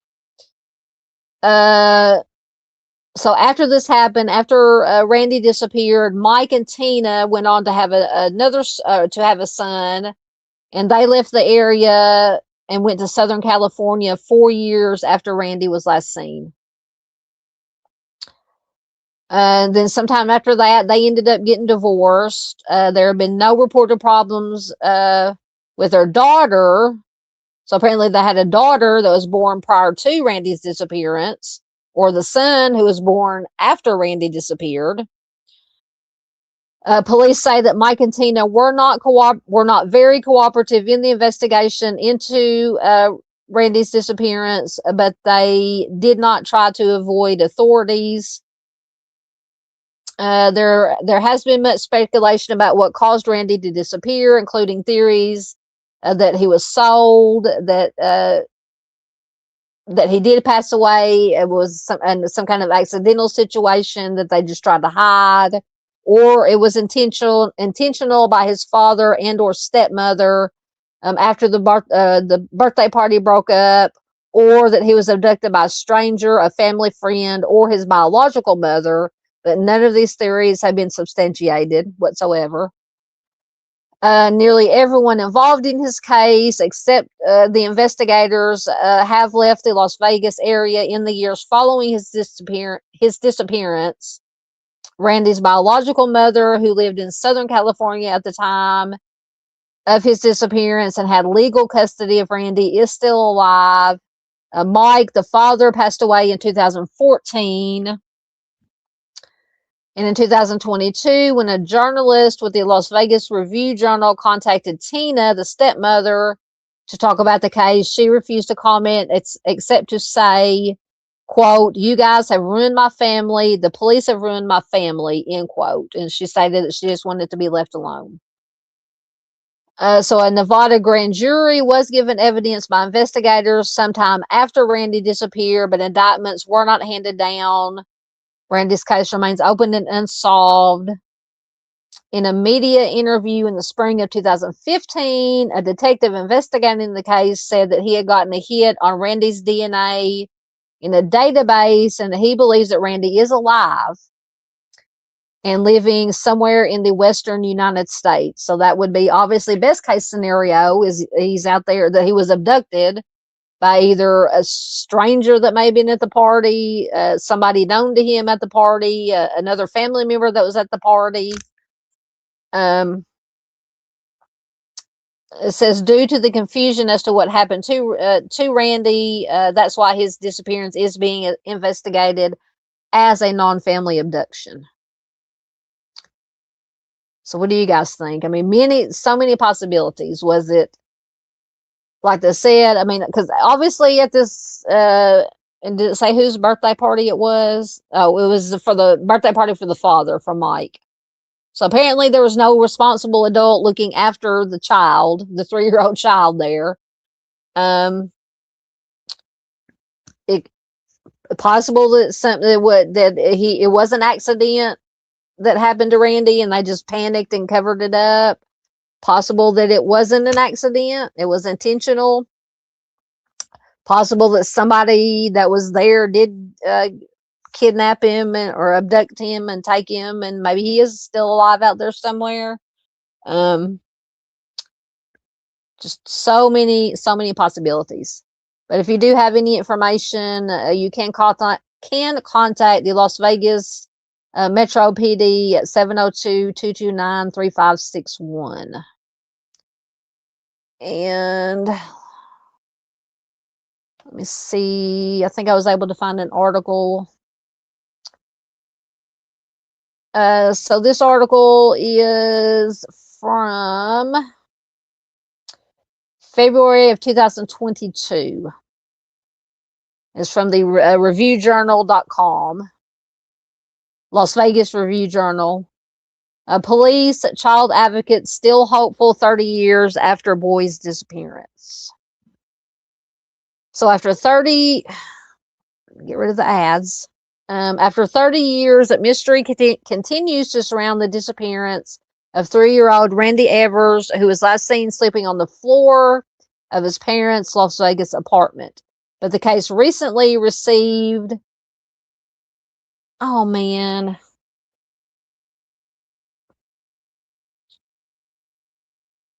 put me behind a paywall. Dadgummit.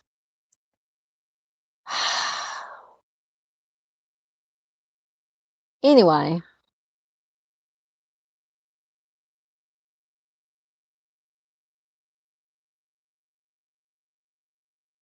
No, it threw me behind the paywall. It let me read it last night. Damn it. I hate it when it does that. Let me see if I can find. I don't know if I was able to find any other articles. Hold on. Let me check right quick. Because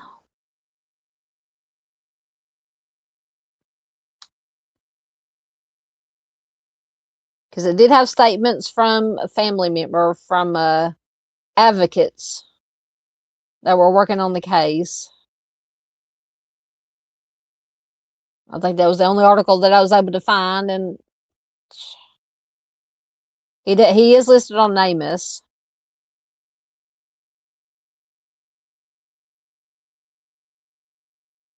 Okay, let me see if let me read this one.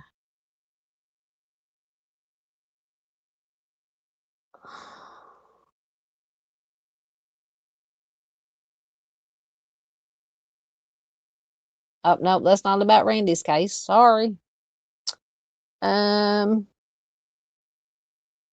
Oh, that was the only article I was able to find, and it won't let me read it.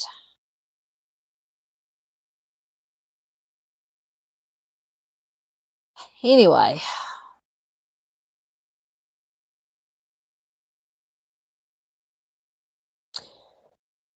Man, I hate it when it does that to me. I guess sometimes they'll let you read it maybe once or twice, and then it throws you behind the paywall. All right. Let me see.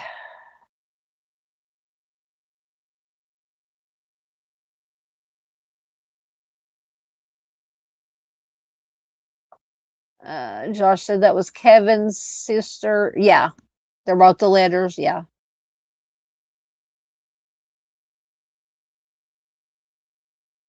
Yeah. Josh, yeah, because it mentioned that Mike, the father, Randy's father, they had to practically drag him out of bed to give him the news. And Josh said not getting out of bed to that news, that's either guilt or very cold. I lean towards not due to coldness. Let me just put it that way. Well, let me say not due to physical, meteorological coldness. Maybe coldness of the heart, if he has one. Yep, his case was put before a grand jury. Apparently, they didn't have enough. The grand jury didn't have enough. Think there was enough evidence to indict anyone. So Josh says grand jury papers apparently alleged the suspicion of the sale of a person. Oh, good Lord. That's another possibility. Another possibility. I mean, did the parents even know all the people that were said there was 15 people? Which granted 15 is not a huge party, but I mean, when you have 15 people in your house and most likely, let's just face it, they were probably drinking. And you have a 3-year-old child in the house, there should have been he should have either been sent somewhere for the night to stay with somebody. Well, so he was not in. This is just my opinion. So he was not in the house. He was safe somewhere with a relative or a friend, babysitter, or whatever, outside the house. Why would they keep him in the house with all these people there? I'm assuming that they knew everybody that was there, but then again, maybe not. And even if they did know the people there, that's not to say that somebody that they did know would have had the capacity to and the wherewithal to take him and sell him. He should, in my opinion, I mean, he should have never been there in the first place. I mean, I remember when we were, me and my brothers were kids. Even when our parents would, they didn't really have parties, but I mean, they would have other couples over. They would like play cards and stuff, and they would do a little bit of drinking, but I mean, it didn't get out of hand. But we always we would go next door and stay with our grandparents for the night. I mean, and that was just with maybe my parents and maybe one or two other married couples just sitting around shooting the shit, excuse my language, playing cards, maybe drinking a little bit. And but they would send us, we would go to my grandparents and spend the night. So, I mean, I don't know why he was not out of the house with 15 people. Like I said, most likely all of them imbibing. Gosh, I don't understand it. Don't understand it. Let me see.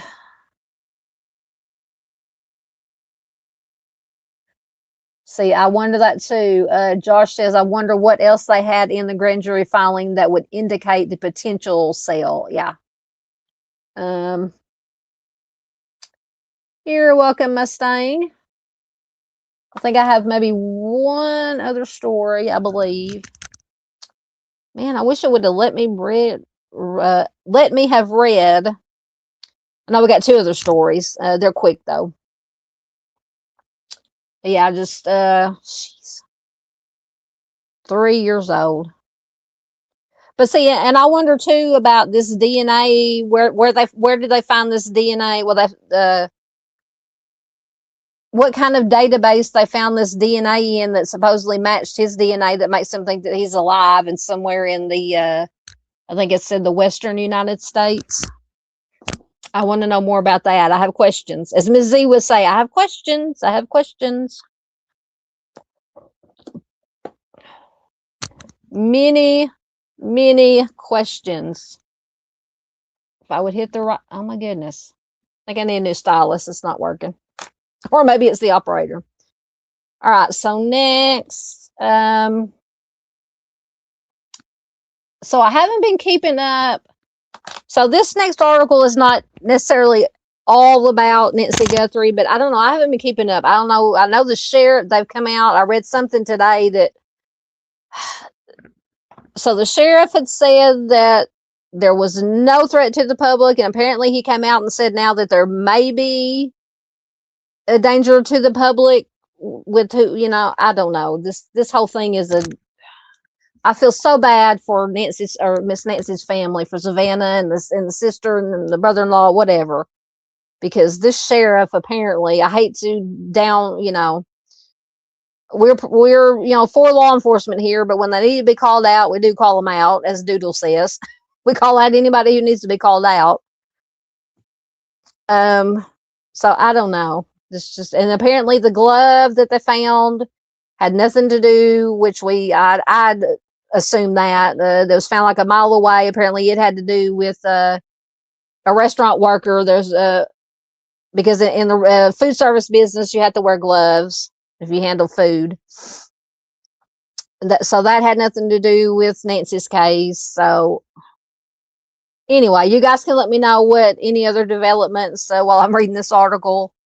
But I just thought it was very interesting, or not necessarily interesting in a good way, but interesting. This is from News Nation. It says Nancy Guthrie search highlights the trauma of missing persons cases, which we all know, very traumatic, obviously. And it is from March 13th of this year, so not too long ago. Hopefully it won't throw me behind a paywall. So it says the family of Nancy Guthrie still has no answers about what happened to her, and uncertainty mental health experts say can deepen trauma. The search for the missing mother of Savannah Guthrie entered day 33 as the Today anchor returned to the set Friday for an off-camera meeting with staff. She told them, according to the Today Show, she said, quote, "I wanted you to know that I'm still standing and I still have hope and I'm still me. And I don't know what version of me that will be, but it will be me." So I'm assuming, because they did say, I have read that at some point she does plan on returning to the Today Show. Don't know when, but they've basically given her, said, take your time, come back whenever you're ready. So Nancy was reported missing February 1st, and authorities believe the 84-year-old was abducted from her home in the late night or early morning hours. Although multiple ransom notes have been found, Guthrie has still not been located. The uncertainty surrounding a missing loved one can be especially painful, according to Emily Mellon, who is a clinical psychologist at Tufts Medical Center. She told News Nation, quote, "It's a horrifying experience losing a loved one for any reason, but then when that loved one is a missing person, there's also a lot of open and unanswered questions," end quote. She goes on to say, quote, I think something that families can struggle with the most is the uncertainty of that, because when you don't know what has happened to your family member, then your brain goes down all the possible paths of what could have happened to your family member, and you feel the emotional impact of all those terrible things, end quote. And that is true. You just, I mean, thank God I've never had a family member that's gone missing. But I can just imagine my brain would go down every horrible rabbit hole that I could come up with about what horrible, awful thing could have happened. So Bradley, who is the sister of Amy Bradley, so we will go over that case a little bit too. So Amy went missing during a 1998 family cruise, told News Nation Miami.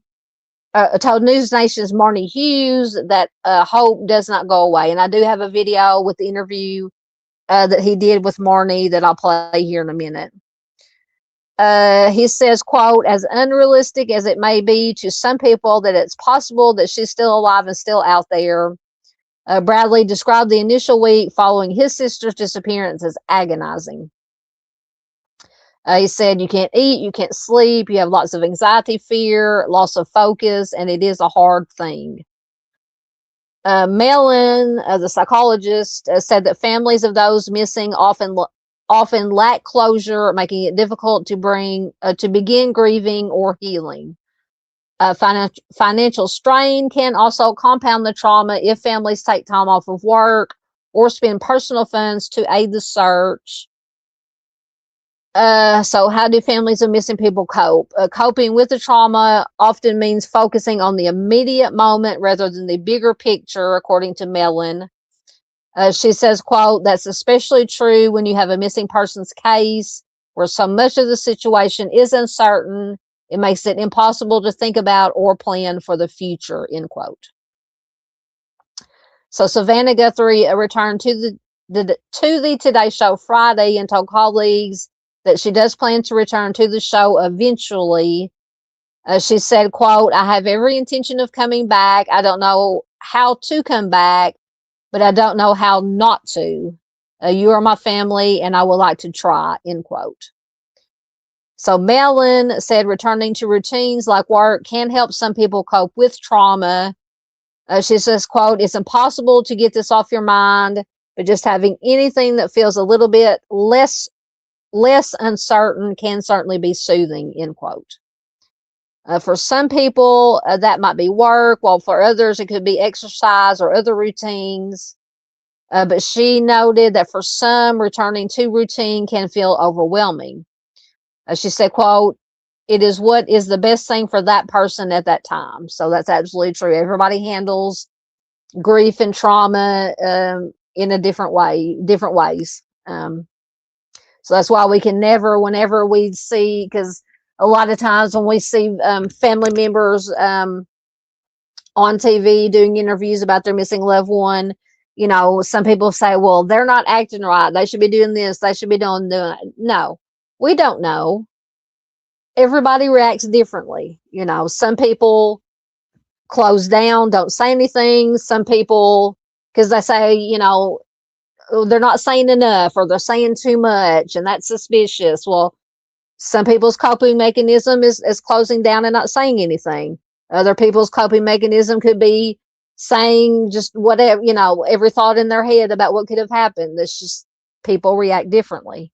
Not always a sign. Now, sometimes it is, but it's not always a sign of guilt or anything, you know. Anyway, I'll get off my soapbox. So what happened to Nancy Guthrie? So once again, Nancy Guthrie was reported missing February 1st. Authorities believe that she was abducted. So we went over that. So last month, Savannah Guthrie issued another plea for her mother's return, announcing a private $1 million reward alongside the FBI's existing $100,000. The FBI said the new reward has generated a surge of new tips in the case, with 1,500 tips rolling in nearly a month into the search. So once again, anyone with information on Nancy's case can reach out to 1-800-CALL-FBI. Phoenix's FBI office cautioned against using the tip line for sharing theories or well wishes. So basically, they just want any serious, legitimate, tip that could be legitimate. Don't call in with what you think happened, what your theory is. All right, so I'm going to so this video I think is about 5 minutes long, so I'm going to play it once again. It's and I think I had did I mark it? Let me look at right quick. I'm sure most of us are familiar with the Amy Bradley case, which has been in the news again lately, because was it Netflix that just did the documentary? There's so many theories and rabbit holes with that one. But let me see if I can just find the basic information. 1 minute. I can't type tonight. So Amy Lynn Bradley went missing March 24th, 1998. She was on the cruise from Caracal, Netherlands Antilles. She's a white female. She was 23 years old. So Amy was vacationing with her parents and her brother aboard Royal Caribbean cruise line ship Rhapsody of the Seas. During March of 1998, she and her brother returned to their cabin at approximately 3:30 a.m. on March 24th, 1998. After dancing at the ship's disco. They sat on their suite's balcony until approximately 5:30 a.m. So Bradley, the brother, stayed in the cabin while she mentioned possibly disembarking at Curacao, however you pronounce it, Curacao, in the Netherlands Antilles to purchase cigarettes.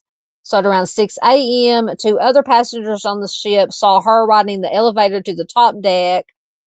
She was last seen carrying her room keys, cigarettes, and a lighter. She had $100 in her pocket as well. The Rhapsody of the Seas was preparing to dock in Curacao's port at the time that Amy was last seen. Her family realized that she was missing between approximately 6 and 6:30 a.m. The sliding glass door to the balcony was partway open, and a pair of her sandals were found inside of her suite. There was no sign of her. And it says she had brought 9 other pair of shoes with her on the trip. After that, she has never been seen. So one of the theories, I think what most people say is that she, I guess, given the fact that her balcony door was open and there were signs that she have been sitting out on the balcony, that she either accidentally fell overboard or on purpose fell overboard. But then there's this other theory that she was seen with, I think it's one of the workers that was on, or one of the workers and the entertainers or somebody. She was seen with this gentleman, this person and that maybe he did something to her, I think, are the 2 basic theories. Or that she departed the ship and just left of her own accord for some reason. So Amy's parents stated that they asked the ship's staff not to let anyone off the ship once they realized that Amy was missing, but the staff lowered the gangplank anyway. The family searched Curacao for signs of her, but they turned up nothing. Authorities are not certain if Amy went ashore of her own will and vanished while in port, or if other factors were at play. A cab driver later stated that she approached his cab and said that she urgently needed a phone. This sighting has never been confirmed. Her family believes that Amy was coerced by an unknown person or persons whom she befriended during the cruise and abducted. There are rumors of maritime pirates operating out of Curacao, and Bradley's and Amy's loved ones believe that she may have become a victim of these individuals. So basically, maybe a trafficking type situation. Okay, so this is what I was talking about earlier. So Amy was last seen in the ship's elevator with a man called Yellow. who was a member of the cruise ship's band, Blue Orchid. So it is not known if this person was involved in Amy's disappearance. There have been no arrests made in her case. It says that she also spent time with various waiters while on the cruise. It says authorities do not believe that Amy fell overboard, as Rhapsody of the Seas was extremely close to the shore at the time of her disappearance. Witnesses would have undoubtedly heard or seen any accident. Maybe. But when I've been on one cruise, I mean, I'm not an expert. I've been on one cruise, but I know whenever we docked at ports for our short excursions, I mean, those big old cruise ships can't get like right up to the shore. So they have to dock way out, and you have to get out and walk down this long, usually like a concrete walkway, for as much as maybe, I think some of them are like a mile long, a quarter of a mile long. So it's possible that she could have either jumped or fallen, even they say that close to the shore, and nobody noticed, especially if everybody was departing at the time. Of course, usually you depart in groups. You're in certain groups, like group A, group B, whatever, or group red, group blue, and then you depart whenever your group is called. So it's possible that she could have fallen or jumped and nobody noticed. But authorities apparently don't believe that happened. It says that Amy was also a strong swimmer and a trained lifeguard. That doesn't matter. The ocean is a whole different animal, I'm telling you. And in any case, her body was not found when the water was searched. It's the ocean. The ocean has currents. She could have been taken out. I mean, this is just all my opinions and my thoughts. Investigators also determined that it's very unlikely that Amy chose to disappear of her own accord. She was a recent college graduate with a degree in physical education. She was planning to start a new job at a computer consulting firm after returning from the cruise. There were possible sightings of Amy on Carel in August of 1998 and January of 1999. The witnesses in the 1998 sighting accurately described her tattoos, and the witness in the 1999 sighting said that she identified herself by name and asked for help. Amy's parents therefore believe that these sightings are authentic, and they could be, most definitely. So in March of 2005, a woman resembling Amy was seen in Barbados. Sketches of the, and I didn't include the sketches, you just go to the Charlie Project. The sketches are on there. I lost my place. So in March of 2005, a woman resembling Amy was seen in Barbados. The Barbados woman has not been conclusively identified as Amy. Authorities believe that two men may have information about Amy's disappearance. One of the men is described as a white male in his late 30s or early 40s, between 5'11" and 6 feet tall, with a receding hairline, red hair, and a red beard. The other man was in his early 30s, approximately 5'11", with dark curly shoulder-length hair. Neither person has been identified. Amy was a resident of Chesterfield County, Virginia at the time of her 1998 disappearance. She attended college in Longwood, Virginia on a basketball scholarship. She smoked Marlboro brand cigarettes at the time she was last seen. She enjoyed drinking Coca-Cola and Miller Lite beer and eating hard candy. Foul play is suspected in her disappearance, but there is no evidence to support the theory.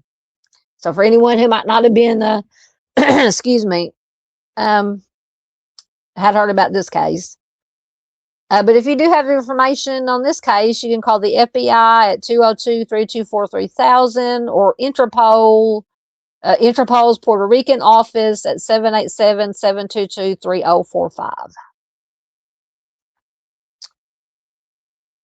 right, so like I said, I had a video that went along with the News Nation article.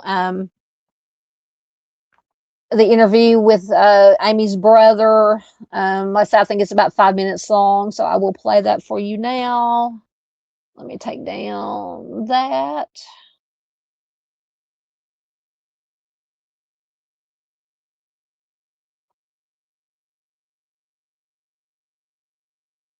Why is the sound not playing? Hold on. You can't sleep.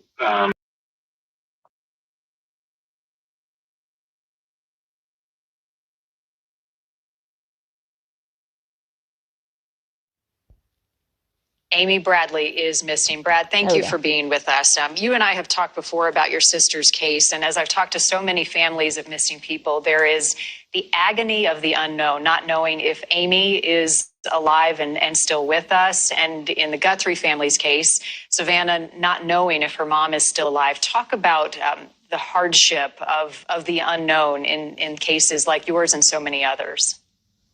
Good morning, Marty. Good to talk to you again, and thanks for having me. It's awful. The unknown, in the initial weeks following Amy's disappearance, I can't even describe what that was like. It was an absolute nightmare. You can't eat, you can't sleep, lots of anxiety, fear, and loss of focus, and it's a hard thing, obviously. And I hope and pray that Miss Guthrie is found alive and returned home safe. After we're coming up a month away from 28 years from Amy's disappearance, and we continue to hope against hope, as Savannah said just a few minutes ago in that clip. The hope doesn't go away, as unrealistic as it may be to some people, that it's possible that she's still alive and still out there. Fortunately for the Guthries, it's only been a little over 3 weeks, or maybe we're into the 4th week now. But I think there's still a good chance that she can be found, and hopefully she's still with us. Yeah, and they have a lot of evidence in the Guthrie case as well, Brad. One thing that happened, one of the developments, was clearing the Guthrie family, and they do that in all missing cases. No one is cleared as a suspect until a certain point. And I'm sure that happened in your case as well, with Amy being questioned by authorities. How difficult was that process, and what did it look like for a family member of a missing person in the midst of such chaos? I mean, it was chaotic, like you say. I mean, it wasn't a big deal for us. Obviously we had nothing to hide. We were frustrated by the apparent, focus on us rather than focusing on, who actually had, may have had something to do with what happened to Amy. But we took it, in stride, and understood that it was normal. We were all interviewed separately and polygraphed separately and all that kind of thing. And, and obviously wasn't a problem, but, it's a hard thing, and it's a necessary thing, but it's, it takes focus away from what's important in the investigation in the early stages, I believe, too.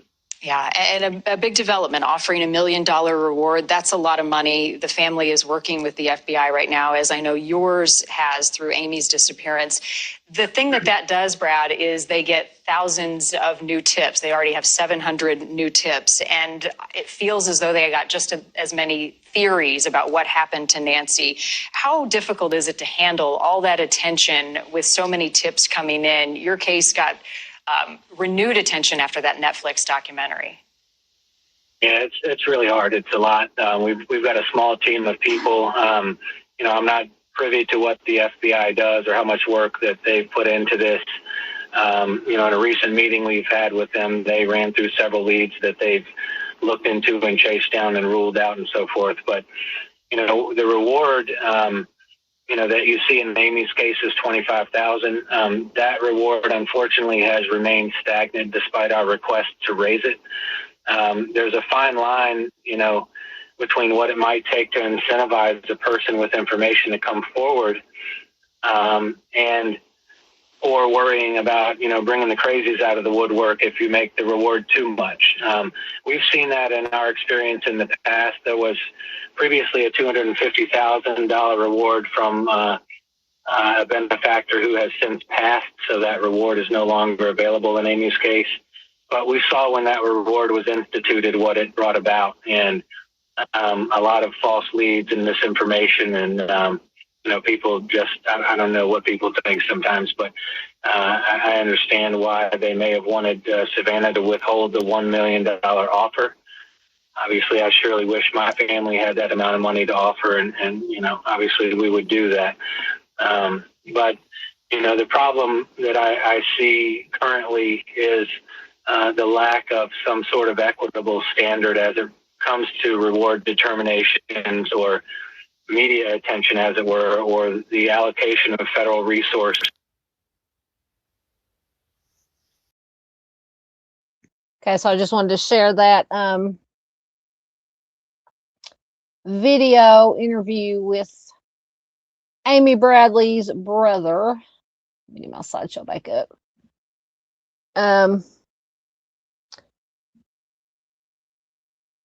So did any of you watch that Netflix documentary that they did? Because I think they were going more into the theories of this band member of the ship that she was last seen with, and apparently there was some hinky that they caught him on video, and that she was with him, and then he returned or went somewhere later on, and she wasn't with him, and a whole thing. I haven't watched it yet, but let me know if any of you have watched it.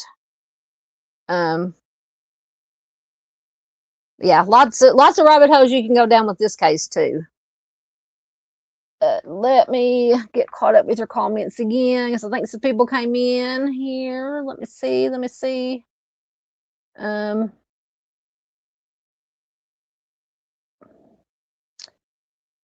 Well, let me get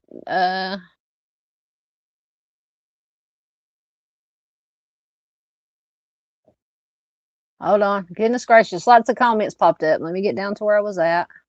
Okay. I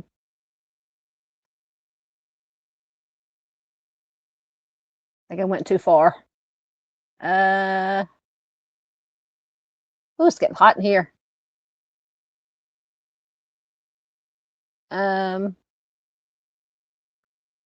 Okay, going back to the Randi Evers case that we were talking about. Josh says, so Tina Evers was not Randy's mom. No, Tina was, let me go back and make sure, was the stepmother, I believe. Let me go back just to make sure.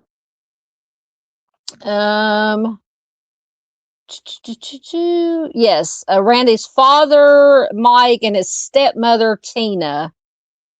Yeah, she was the stepmother.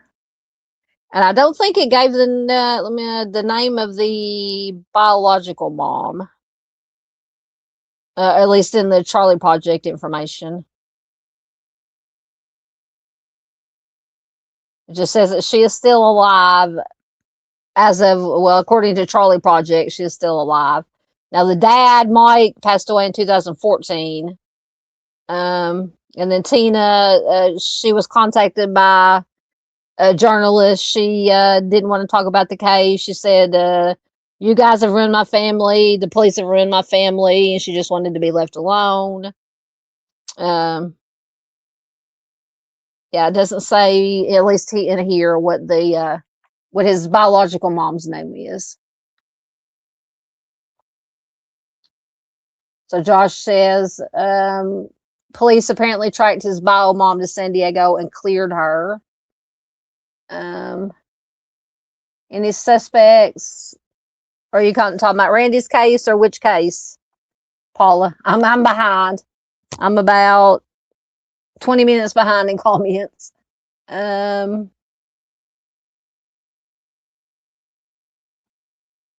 so Josh says Mike Evers, which is the dad, indicated that he could not imagine what evidence they have against them in the grand jury. I don't know. I don't know. But apparently they had enough evidence to convene a grand jury, because I mean, you have to have some kind of, I know what a grand jury is. I don't know what standards of evidence that has to be, like to arrest somebody and to charge somebody, you have to have the probable cause. You got to show the evidence and the whatever. I don't know if it's for a grand jury, if the standard is as high for a grand jury. You know what I'm trying to say? Just to indict someone. I'm unsure on that, unclear. Well, I mean, to me, I'm just going, my opinion, the evidence that I would question is the fact that Mike and Tina didn't participate in any of the searches. Apparently, they had to, like we talked about before, they had to drag Mike out of bed. He didn't want to get out of bed, even when they told him his 3-year-old son was missing. He didn't want to get out of bed. It said that so they did not participate in the search. Mike had to be dragged out of bed when police told him Randi was missing. Neither Mike nor Tina showed very much interest in the case. You would think, okay, so that's another red flag to me. Yeah, just that right there. It said Tina's alibi of her whereabouts at the time of Randi's disappearance reportedly showed numerous small inconsistencies. So yeah, that to me, that would be questionable actions, actions or inactions, however you want to look at it. Josh said, Mike Evers said, quote, I see homicide on this paper. There must be a body somewhere. Why haven't we been told? Not necessarily. There wouldn't, they could have the suspicion or some evidence that there was a homicide. I mean, there have been people who, what do they call them? No body cases where they have evidence of a homicide, but they never find the body, and people are still charged and taken to court, and sometimes convicted, even with no body. Josh says both Mike and Tina failed one question in their polygraphs. I wonder what that question was. Be interesting to know.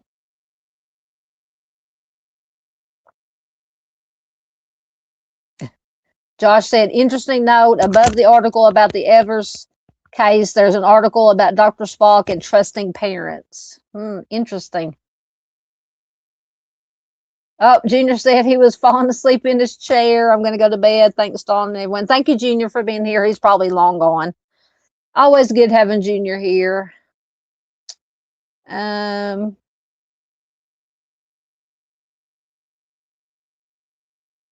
I saw that when I was doing my research. Josh said Sins and Survivors has a podcast episode about Randi. Yeah, I'm gonna have to listen to it. Hopefully it's on Spotify because that's where I listen to my podcast. I don't know, I have Pandora. Does anybody have Pandora? Did they do podcasts? I just listen to music on Pandora. But I listen to music and podcast on Spotify. Yeah, Mustang says, I think that Nancy is gone. Unfortunately, I think it went bad right away. Yeah, and I think in some of the newer articles, I'm trying to because I was looking at some newer articles. I can't type and talk at the same time, apparently.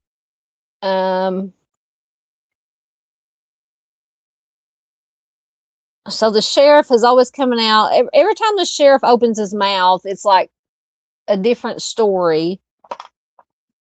So first he said that he believed that it was targeted, and then apparently within the last couple of days he's come out and said, well, there may be some danger to the public because these guys are still out there. So indicating that it wasn't targeted. This guy's, I don't know.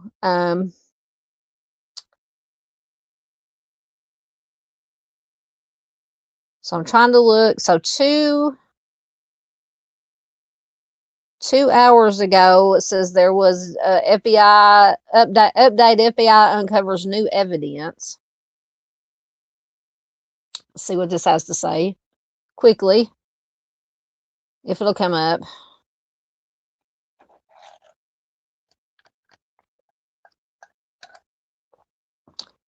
And then I read in some sliver of an article that I think that maybe she was, that like Mustang says, possibly something, whatever happened to her in the house, and that she was wrapped up in something and removed from the house. Okay, so this article is from the Men's Journal. It came out the 13th. Is that today or Friday? Yeah, and today was Friday the 13th, by the way. New imagery has been obtained in the Nancy Guthrie investigation. So nearly 6 weeks after 84-year-old Nancy Guthrie was presumably kidnapped from her home in Arizona, authorities have reportedly found some new evidence in the case. While there have not been many significant breaks in the case made public over the past several weeks, on Friday evening, reports surfaced on Friday afternoon indicating that the FBI had obtained some new imagery from the cameras around Guthrie's home as they continue to investigate the 84-year-old's disappearance and attempt to determine who was responsible. FBI faces a significant issue. Imagine that. A little over a week after Guthrie's disappearance, the FBI shared a collection of photos and videos captured by the doorbell camera at her home. The images depict an armed, masked individual outside of Guthrie's home on the day she vanished, apparently on at least one prior occasion. However, these images were not exactly easy to obtain. While the home did have a doorbell camera, the FBI faced a rather significant issue that made it difficult for them to actually obtain any footage from it. Yeah, because I think that they had let the subscription lapse or something, so therefore it didn't save it in the cloud or whatever, wherever it saves it. So as Harvey Levin of TMZ explained in a video last month, the Guthrie had a Nest camera outside her front door, but she did not have a subscription for the camera. As a result, the data was instead it had to be recovered from Google, which owns Nest. Does Google own everything? However, there were limitations to this recovery process as not all of the data could be recovered. Somebody said, quote, "We've been talking with FBI sources who are telling us that the way they got this photo was from Google because Nancy did not have a subscription for video from Nest. They were actually able to obtain it from Google the way they did the video, but because there's no video subscription, there's no timestamp on it." Timestamp would be helpful. So up to this point, the photos and videos shared by the FBI last month were the only images that were able to be recovered from the camera, and the evidence did not produce any real leads in the case. However, it sounds like the FBI has made some progress with another camera on the property. On Friday afternoon, ABC News reported that the FBI has recovered additional imagery from cameras at Guthrie's home, but not the doorbell camera. ABC News reported on Friday afternoon, quote, "The images were recovered in recent weeks from motion-activated cameras trained on the swimming pool, backyard, and side yard," according to sources. Investigators were unable to recover video footage, but reduced size thumbnail images captured when the cameras were triggered by motion. It's better than nothing, but so while the cameras did not record anything suspicious, according to the ABC report, that could be telling in itself. According to ABC's report, investigators observed several people in the back and side yards of the house over an unspecified period before Guthrie's abduction. Then law enforcement officers could be seen near the pool after her abduction. However, though the cameras were clearly working before and after the abduction, the cameras captured nothing on the night of the abduction, according to the ABC report. ABC reports that investigators have not drawn conclusions as to why this is the case, but one ABC source described these findings as odd. For now, the FBI continues to investigate the case as the reward has grown to over $1 million. So that's the latest. But now these people, so once again, we all know what thumbnail images are. Those are going to be very hard to tell who it is. It could be, I'm sure she probably had workers that come in and cleaned the pool and cleaned up around. It could have been them, who knows, or not,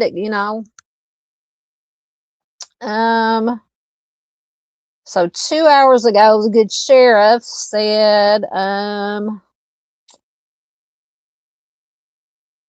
so this is from Yahoo News. Sheriff in Nancy Guthrie case says of kidnapper, we believe we know why he did this. Authorities believe that Nancy Guthrie's kidnapping was targeted, the sheriff says, as the search for the missing Arizona woman.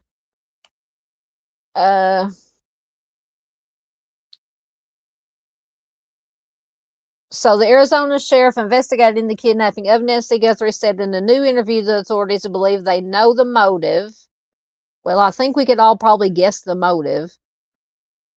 So Pima County Sheriff Chris Nano said, quote, we believe we know why the kidnapper did this, and we believe that it was targeted, but we're not 100% sure of that. Well, apparently, because then apparently after he made this statement, he said, the community may be in danger because these guys are still out there. So kind of indicating maybe it wasn't targeted. Authorities believe Nancy was taken against her will in the earlier morning hours of February 1st. The Arizona sheriff investigating the kidnapping said in the new interview that authorities believe they know the motive. In the NBC News interview published on Thursday, March 12th, Pima County Sheriff Chris Nano shared more about the investigation as the mother of Today co-host Savannah Guthrie remains missing. So what did the good sheriff say? He said, quote, we believe we know why the kidnapper did this, and we believe that it was targeted, but we're not 100% sure of that. So it would be silly to tell people, don't worry about it. You're not his target. You could be. Don't think for a minute that because it happened to the Guthrie family that you're safe. No, keep your wits about you. So he contradicted himself in just that one statement. I mean, I do agree that people should still be very aware and very cautious because you never know. You should always be aware and cautious anyway. So the sheriff declined to elaborate further on a possible motive, saying, quote, I think it's come out from day one. I think day one we had some strong beliefs about what happened, and those beliefs have not diminished. I'm not going to get into those theories. We have our beliefs. Everybody else has theirs, end quote. So Nano said investigators remain hopeful that the mixed DNA found at Nancy's house will lead investigators to somebody. They have that in quotes. The search for Nancy is nearly in its 7th week, and no suspects or persons of interest have been identified. The FBI and Pima County Sheriff's Department have pointed to surveillance footage that appears to show a masked armed person tampering with her doorbell camera on the morning of her kidnapping. The suspect has been described by the FBI's Phoenix office as a male, approximately 5'9" to 5'10" tall, with an average build. In the clip, the person is wearing a black 25-liter Ozark Trail hiker backpack, per an FBI post on X. In a statement to People on Thursday, February 19th, a spokesperson for the Pima County Sheriff's Department said investigators are looking into the possibility that the person may have had an accomplice. The Pima County Sheriff's Department and FBI were recently seen canvassing the neighborhood. Several neighbors said the investigators asked whether they experienced any internet service disruptions the night that Nancy went missing. This is according to Liz Kreutz reporting on the Today Show on March 6th. Nanos confirmed in Thursday's interview that investigators were looking into the possible internet glitches. The Sheriff's Department had previously requested ring camera footage from local homes. So in a video posted to Instagram on February 24th, Savannah said that her family has been, quote, fearing for Nancy and aching for her, and most of all, just missing her, end quote. She said the family is also donating $500,000 to NCMEC. The FBI's reward of $100,000 remains active. And then, of course, the Guthrie family has also added the $1 million. So once again, anyone with information about Nancy's disappearance is asked to please contact 1-800-CALL-FBI, which is 1-800-225-5324, or the Pima County Sheriff's Department at 520-351-4900. So really not much new, except these new images that they were able to get, these thumbnail images. Better than nothing, but once again, you know, what is my computer doing? Lord have mercy. Let's see if there's anything else. I think that was about it.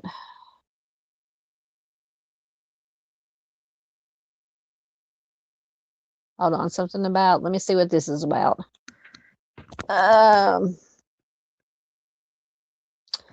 Okay, so apparently,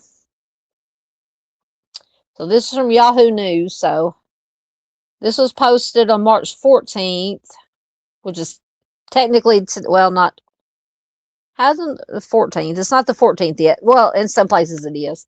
So it says Nancy Guthrie's chilling Facebook post about being hacked before her abduction resurfaces. So maybe that's what they were talking about, the glitches. So let's see what this is about right quick. So Nancy Guthrie's past social media activities have raised eyebrows amid her mysterious disappearance that happened more than a month ago. The missing 84-year-old once claimed in a post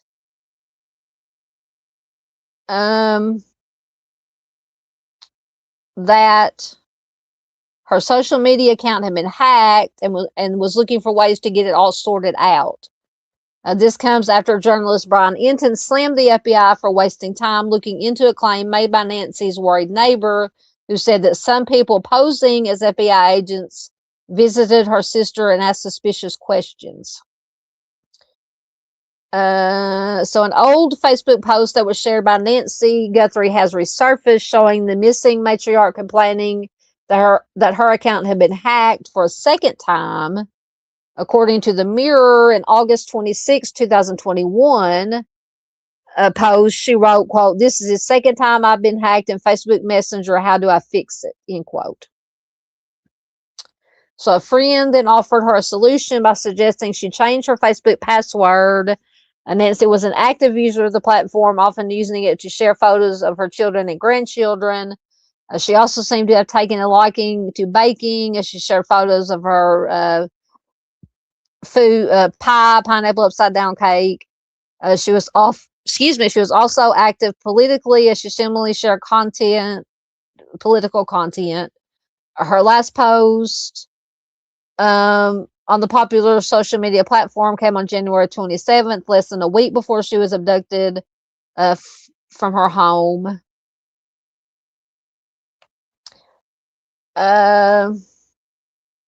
So News Nation journalist Brian Enton criticized the FBI for wasting time investigating so we went over that.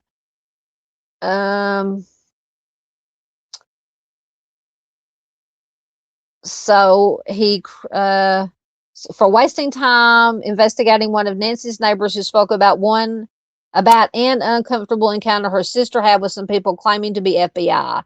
The neighbor told Enton that her sister was worried that she had been duped by the man and woman after she let them in, only for them to start asking questions like if she had a pacemaker. That is odd. And also wanting to check her garage before leaving. So the neighbor's sister then called 911, after which the FBI and the sheriff's office turned up at the house. Said they ended up spending 4 hours there taking fingerprints, DNA swabbed. And it says, "We don't believe that these are real FBI agents," Enton explained. So that is interesting. He added, quote, "And this was right in the beginning, just days after Nancy went missing. I'm surprised I hadn't heard about this until now, but it was a 4-hour ordeal. They leave. She goes to bed frightened, thinking, oh my God, I let these people in my house. So authorities have not officially confirmed a link between Nancy's hacked social media account, but Pima County Sheriff Chris Nanos said that they believe that she was targeted, while also warning that the abductor could absolutely strike again. Nanos told NBC, quote, criminal minds are criminal minds, end quote. He said, quote, we believe we know why he did this, and we believe that it was targeted, but we're not 100% sure, and blah, blah, blah. Let's see what else. Anything new?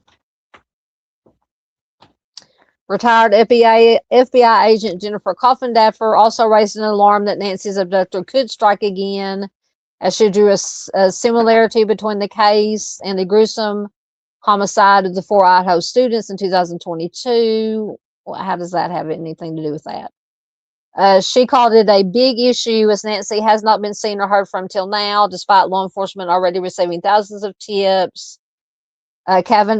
Kaffendorfer noted about Nancy's neighborhood, quote, not trying to raise hysteria, just saying that protecting the community seems to be lost in the hubbub, end quote. She suggested that law enforcement, quote, needs to have a brief presser just to let the public know if there are any more details that they can offer so the public can assist in terms of a vehicle, time parameters, any other important days to be aware of.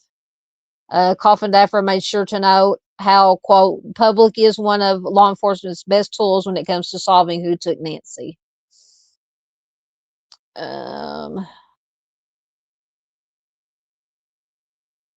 So it just goes in.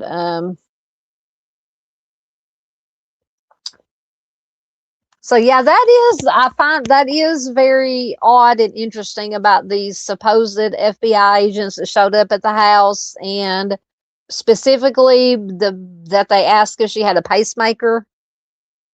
And this was that they said a few days before Nancy was abducted, and Nancy did have a pacemaker. And then they wanted to look into her garage. So yeah, that's a little just yeah. I have questions about that. That could be something. Could be something. Just my opinion. Just my opinion. I'm no expert. It's just my opinion. All right. Let me get into your comments again.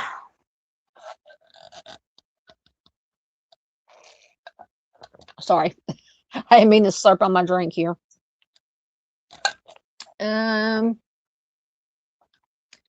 Absolutely. Miss Paula says love to all mods. Absolutely. Oh, did I miss Doodles in Gray? Hold on. Did Doodles in Gray here? I know somebody mentioned Doodles in Gray. Hold on. Oh, there they are. Hello, hello, welcome. I'm so behind.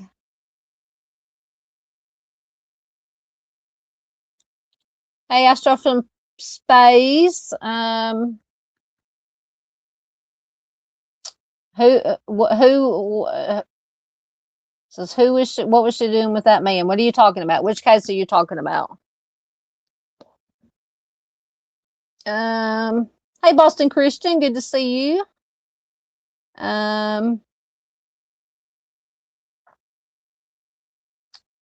Always good to see everybody.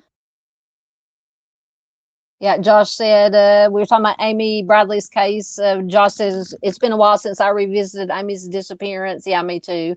I said I hadn't even watched the that Netflix documentary.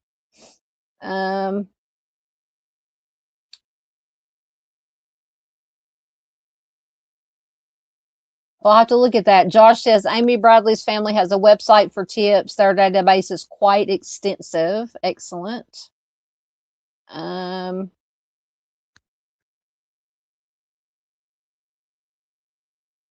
Josh says that he's been on the Rhapsody of the Seas.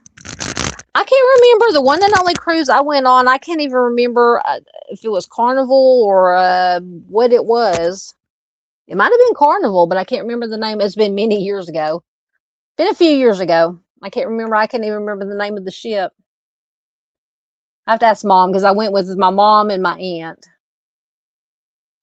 Josh says he watched the documentary. Is it worth watching, or does it go into just the conspiracy stuff? Or I've heard mixed reviews on it. Oh my goodness, there's Echoes. He might still be in here. How far behind? Oh, I'm not too far behind. How are y'all doing down there in the great state of Texas? I hope you are doing well and having fun. Are you talking about Echoes? Our honorary troll. Josh says we have a troll. Echoes is our honorary troll, or ornery troll. Oh goodness.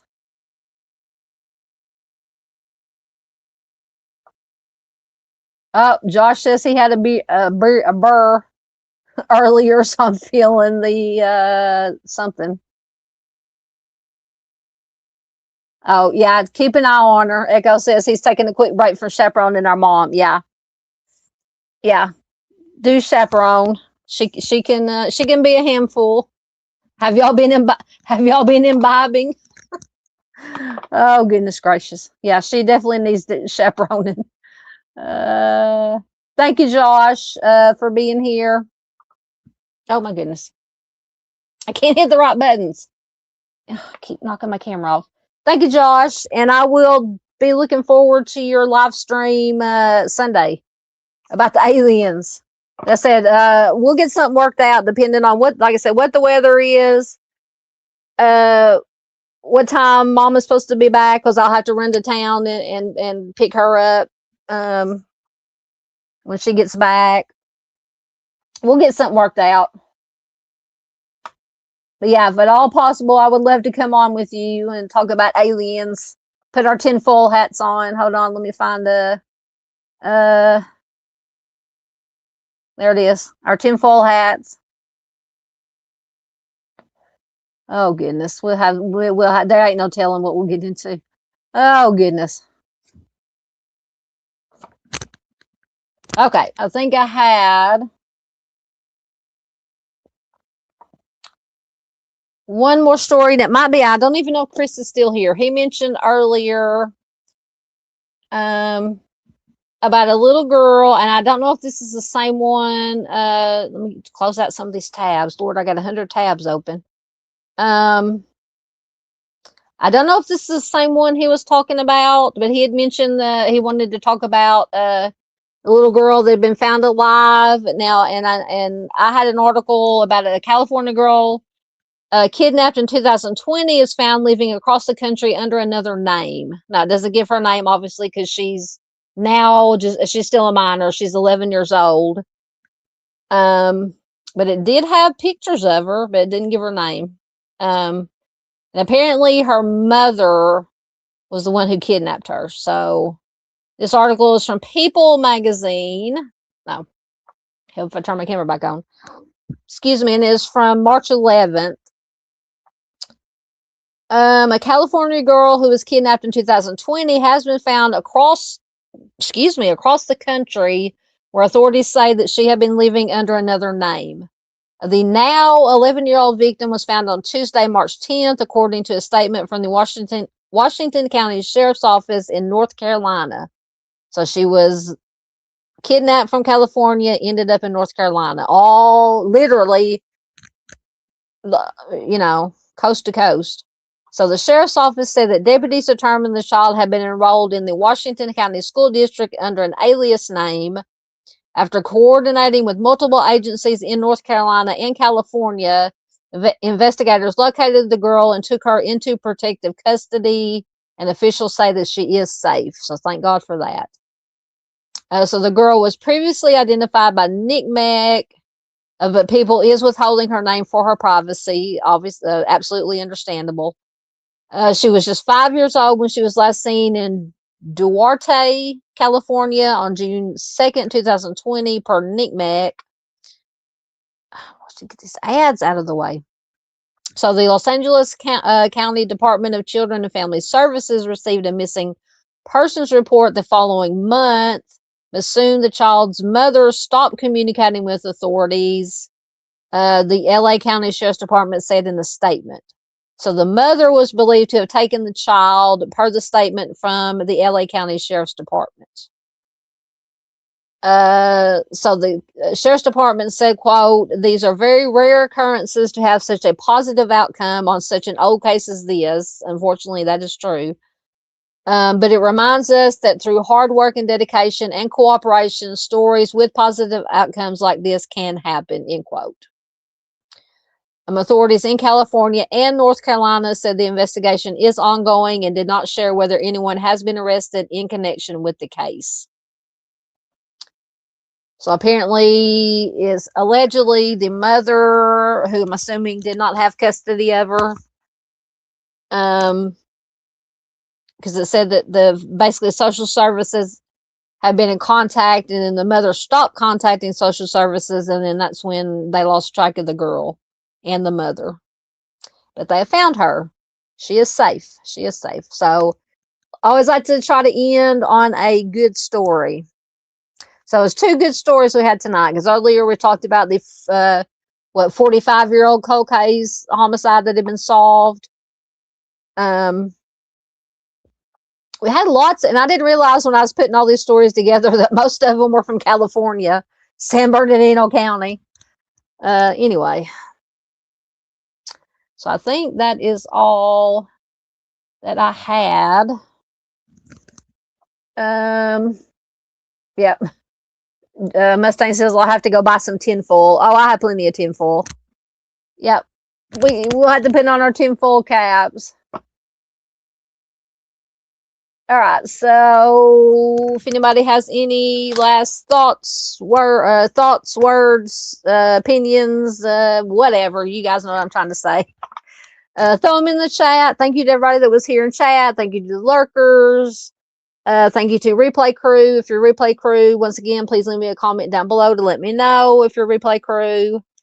Monday, we'll be back with Missing Person Monday, and this week we are doing Chicago, Illinois.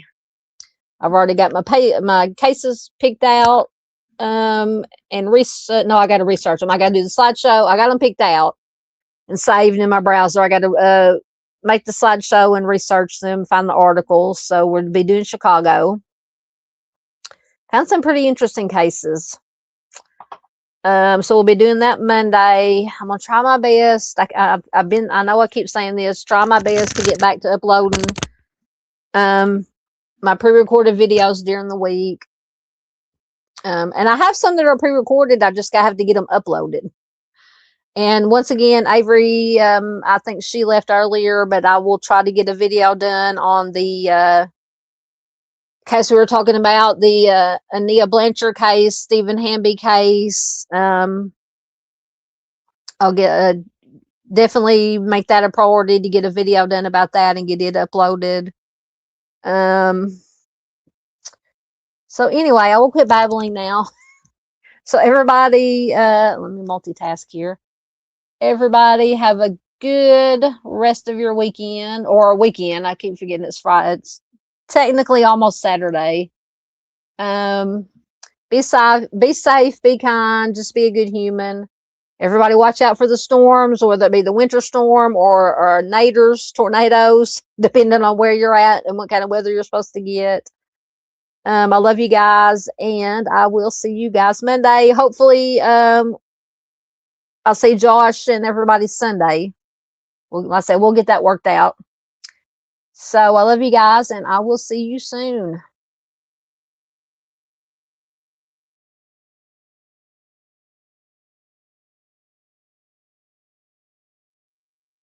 If I can get the right, that's not the right. Hold on, I'm trying to find my. There we go. I found it. Okay. I found the outro. Good night, y'all.